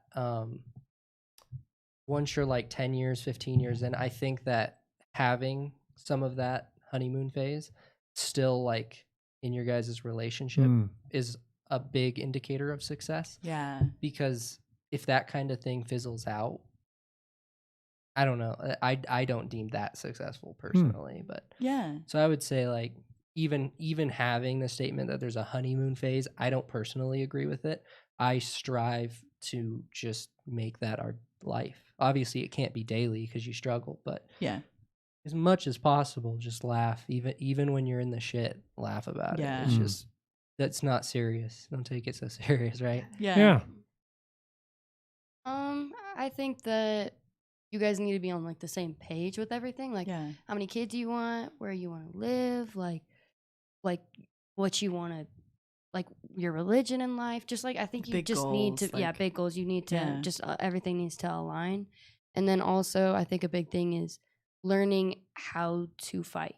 Like because a lot of people have really bad like and unhealthy ways that they fight. So I think it's good to learn how to fight correctly. You know how to get through those like fights. Yeah. Like that. I think that's I would agree. That's a massive 100%. successful thing for like long term. Like if you can fight well, that's incredible. Yeah. I agree with everyone. Brilliant thoughts, everybody. They're wonderful. I think just hearing all of them, I'm like, yeah, I agree with that. I think any relationship that I would consider successful is one where both people experience growth, like regardless Yeah. of how it ends, how it is in the middle of it, how it, where it starts from where it ends. It's like if you grew, that was a successful relationship. If you got into the relationship and you were the exact same person getting out of it, Yeah. then you have a problem. Yeah. I love that. Then That's you are the perfect. problem. Is Yeah. that- Yeah. I mean, I feel like that would be accurate. Yeah. Well, those were all amazing answers. Thank you guys so much for sharing. And thank you everyone for being on the podcast tonight. I know some of you guys drove a little ways. Yeah, seriously. Thank you all so much. You guys were, do you have anything else additional to say before we're off? I do not, except for I do actually. Next Lies. week we are gonna. I know. Next week we're gonna do a pre-recorded episode because I am having a little surgery. Aaron will be not in the state, Yes. and so check that out. I believe on Wednesdays when we'll be coming out, and then the next week we'll be back with a normal live podcast schedule. Mhm. And thank you everyone for joining. If you've been in the live chat here on YouTube, thanks for hanging out with us. If you're listening on podcast or Apple Spotify. Yeah, you're good. Hold It's on. been a long Yeah, day. yeah, after like 2.5 hours of talking, my brain is totally mush by the end of this. Thank you guys for being here, and we will see you next week. Take us out, Darian.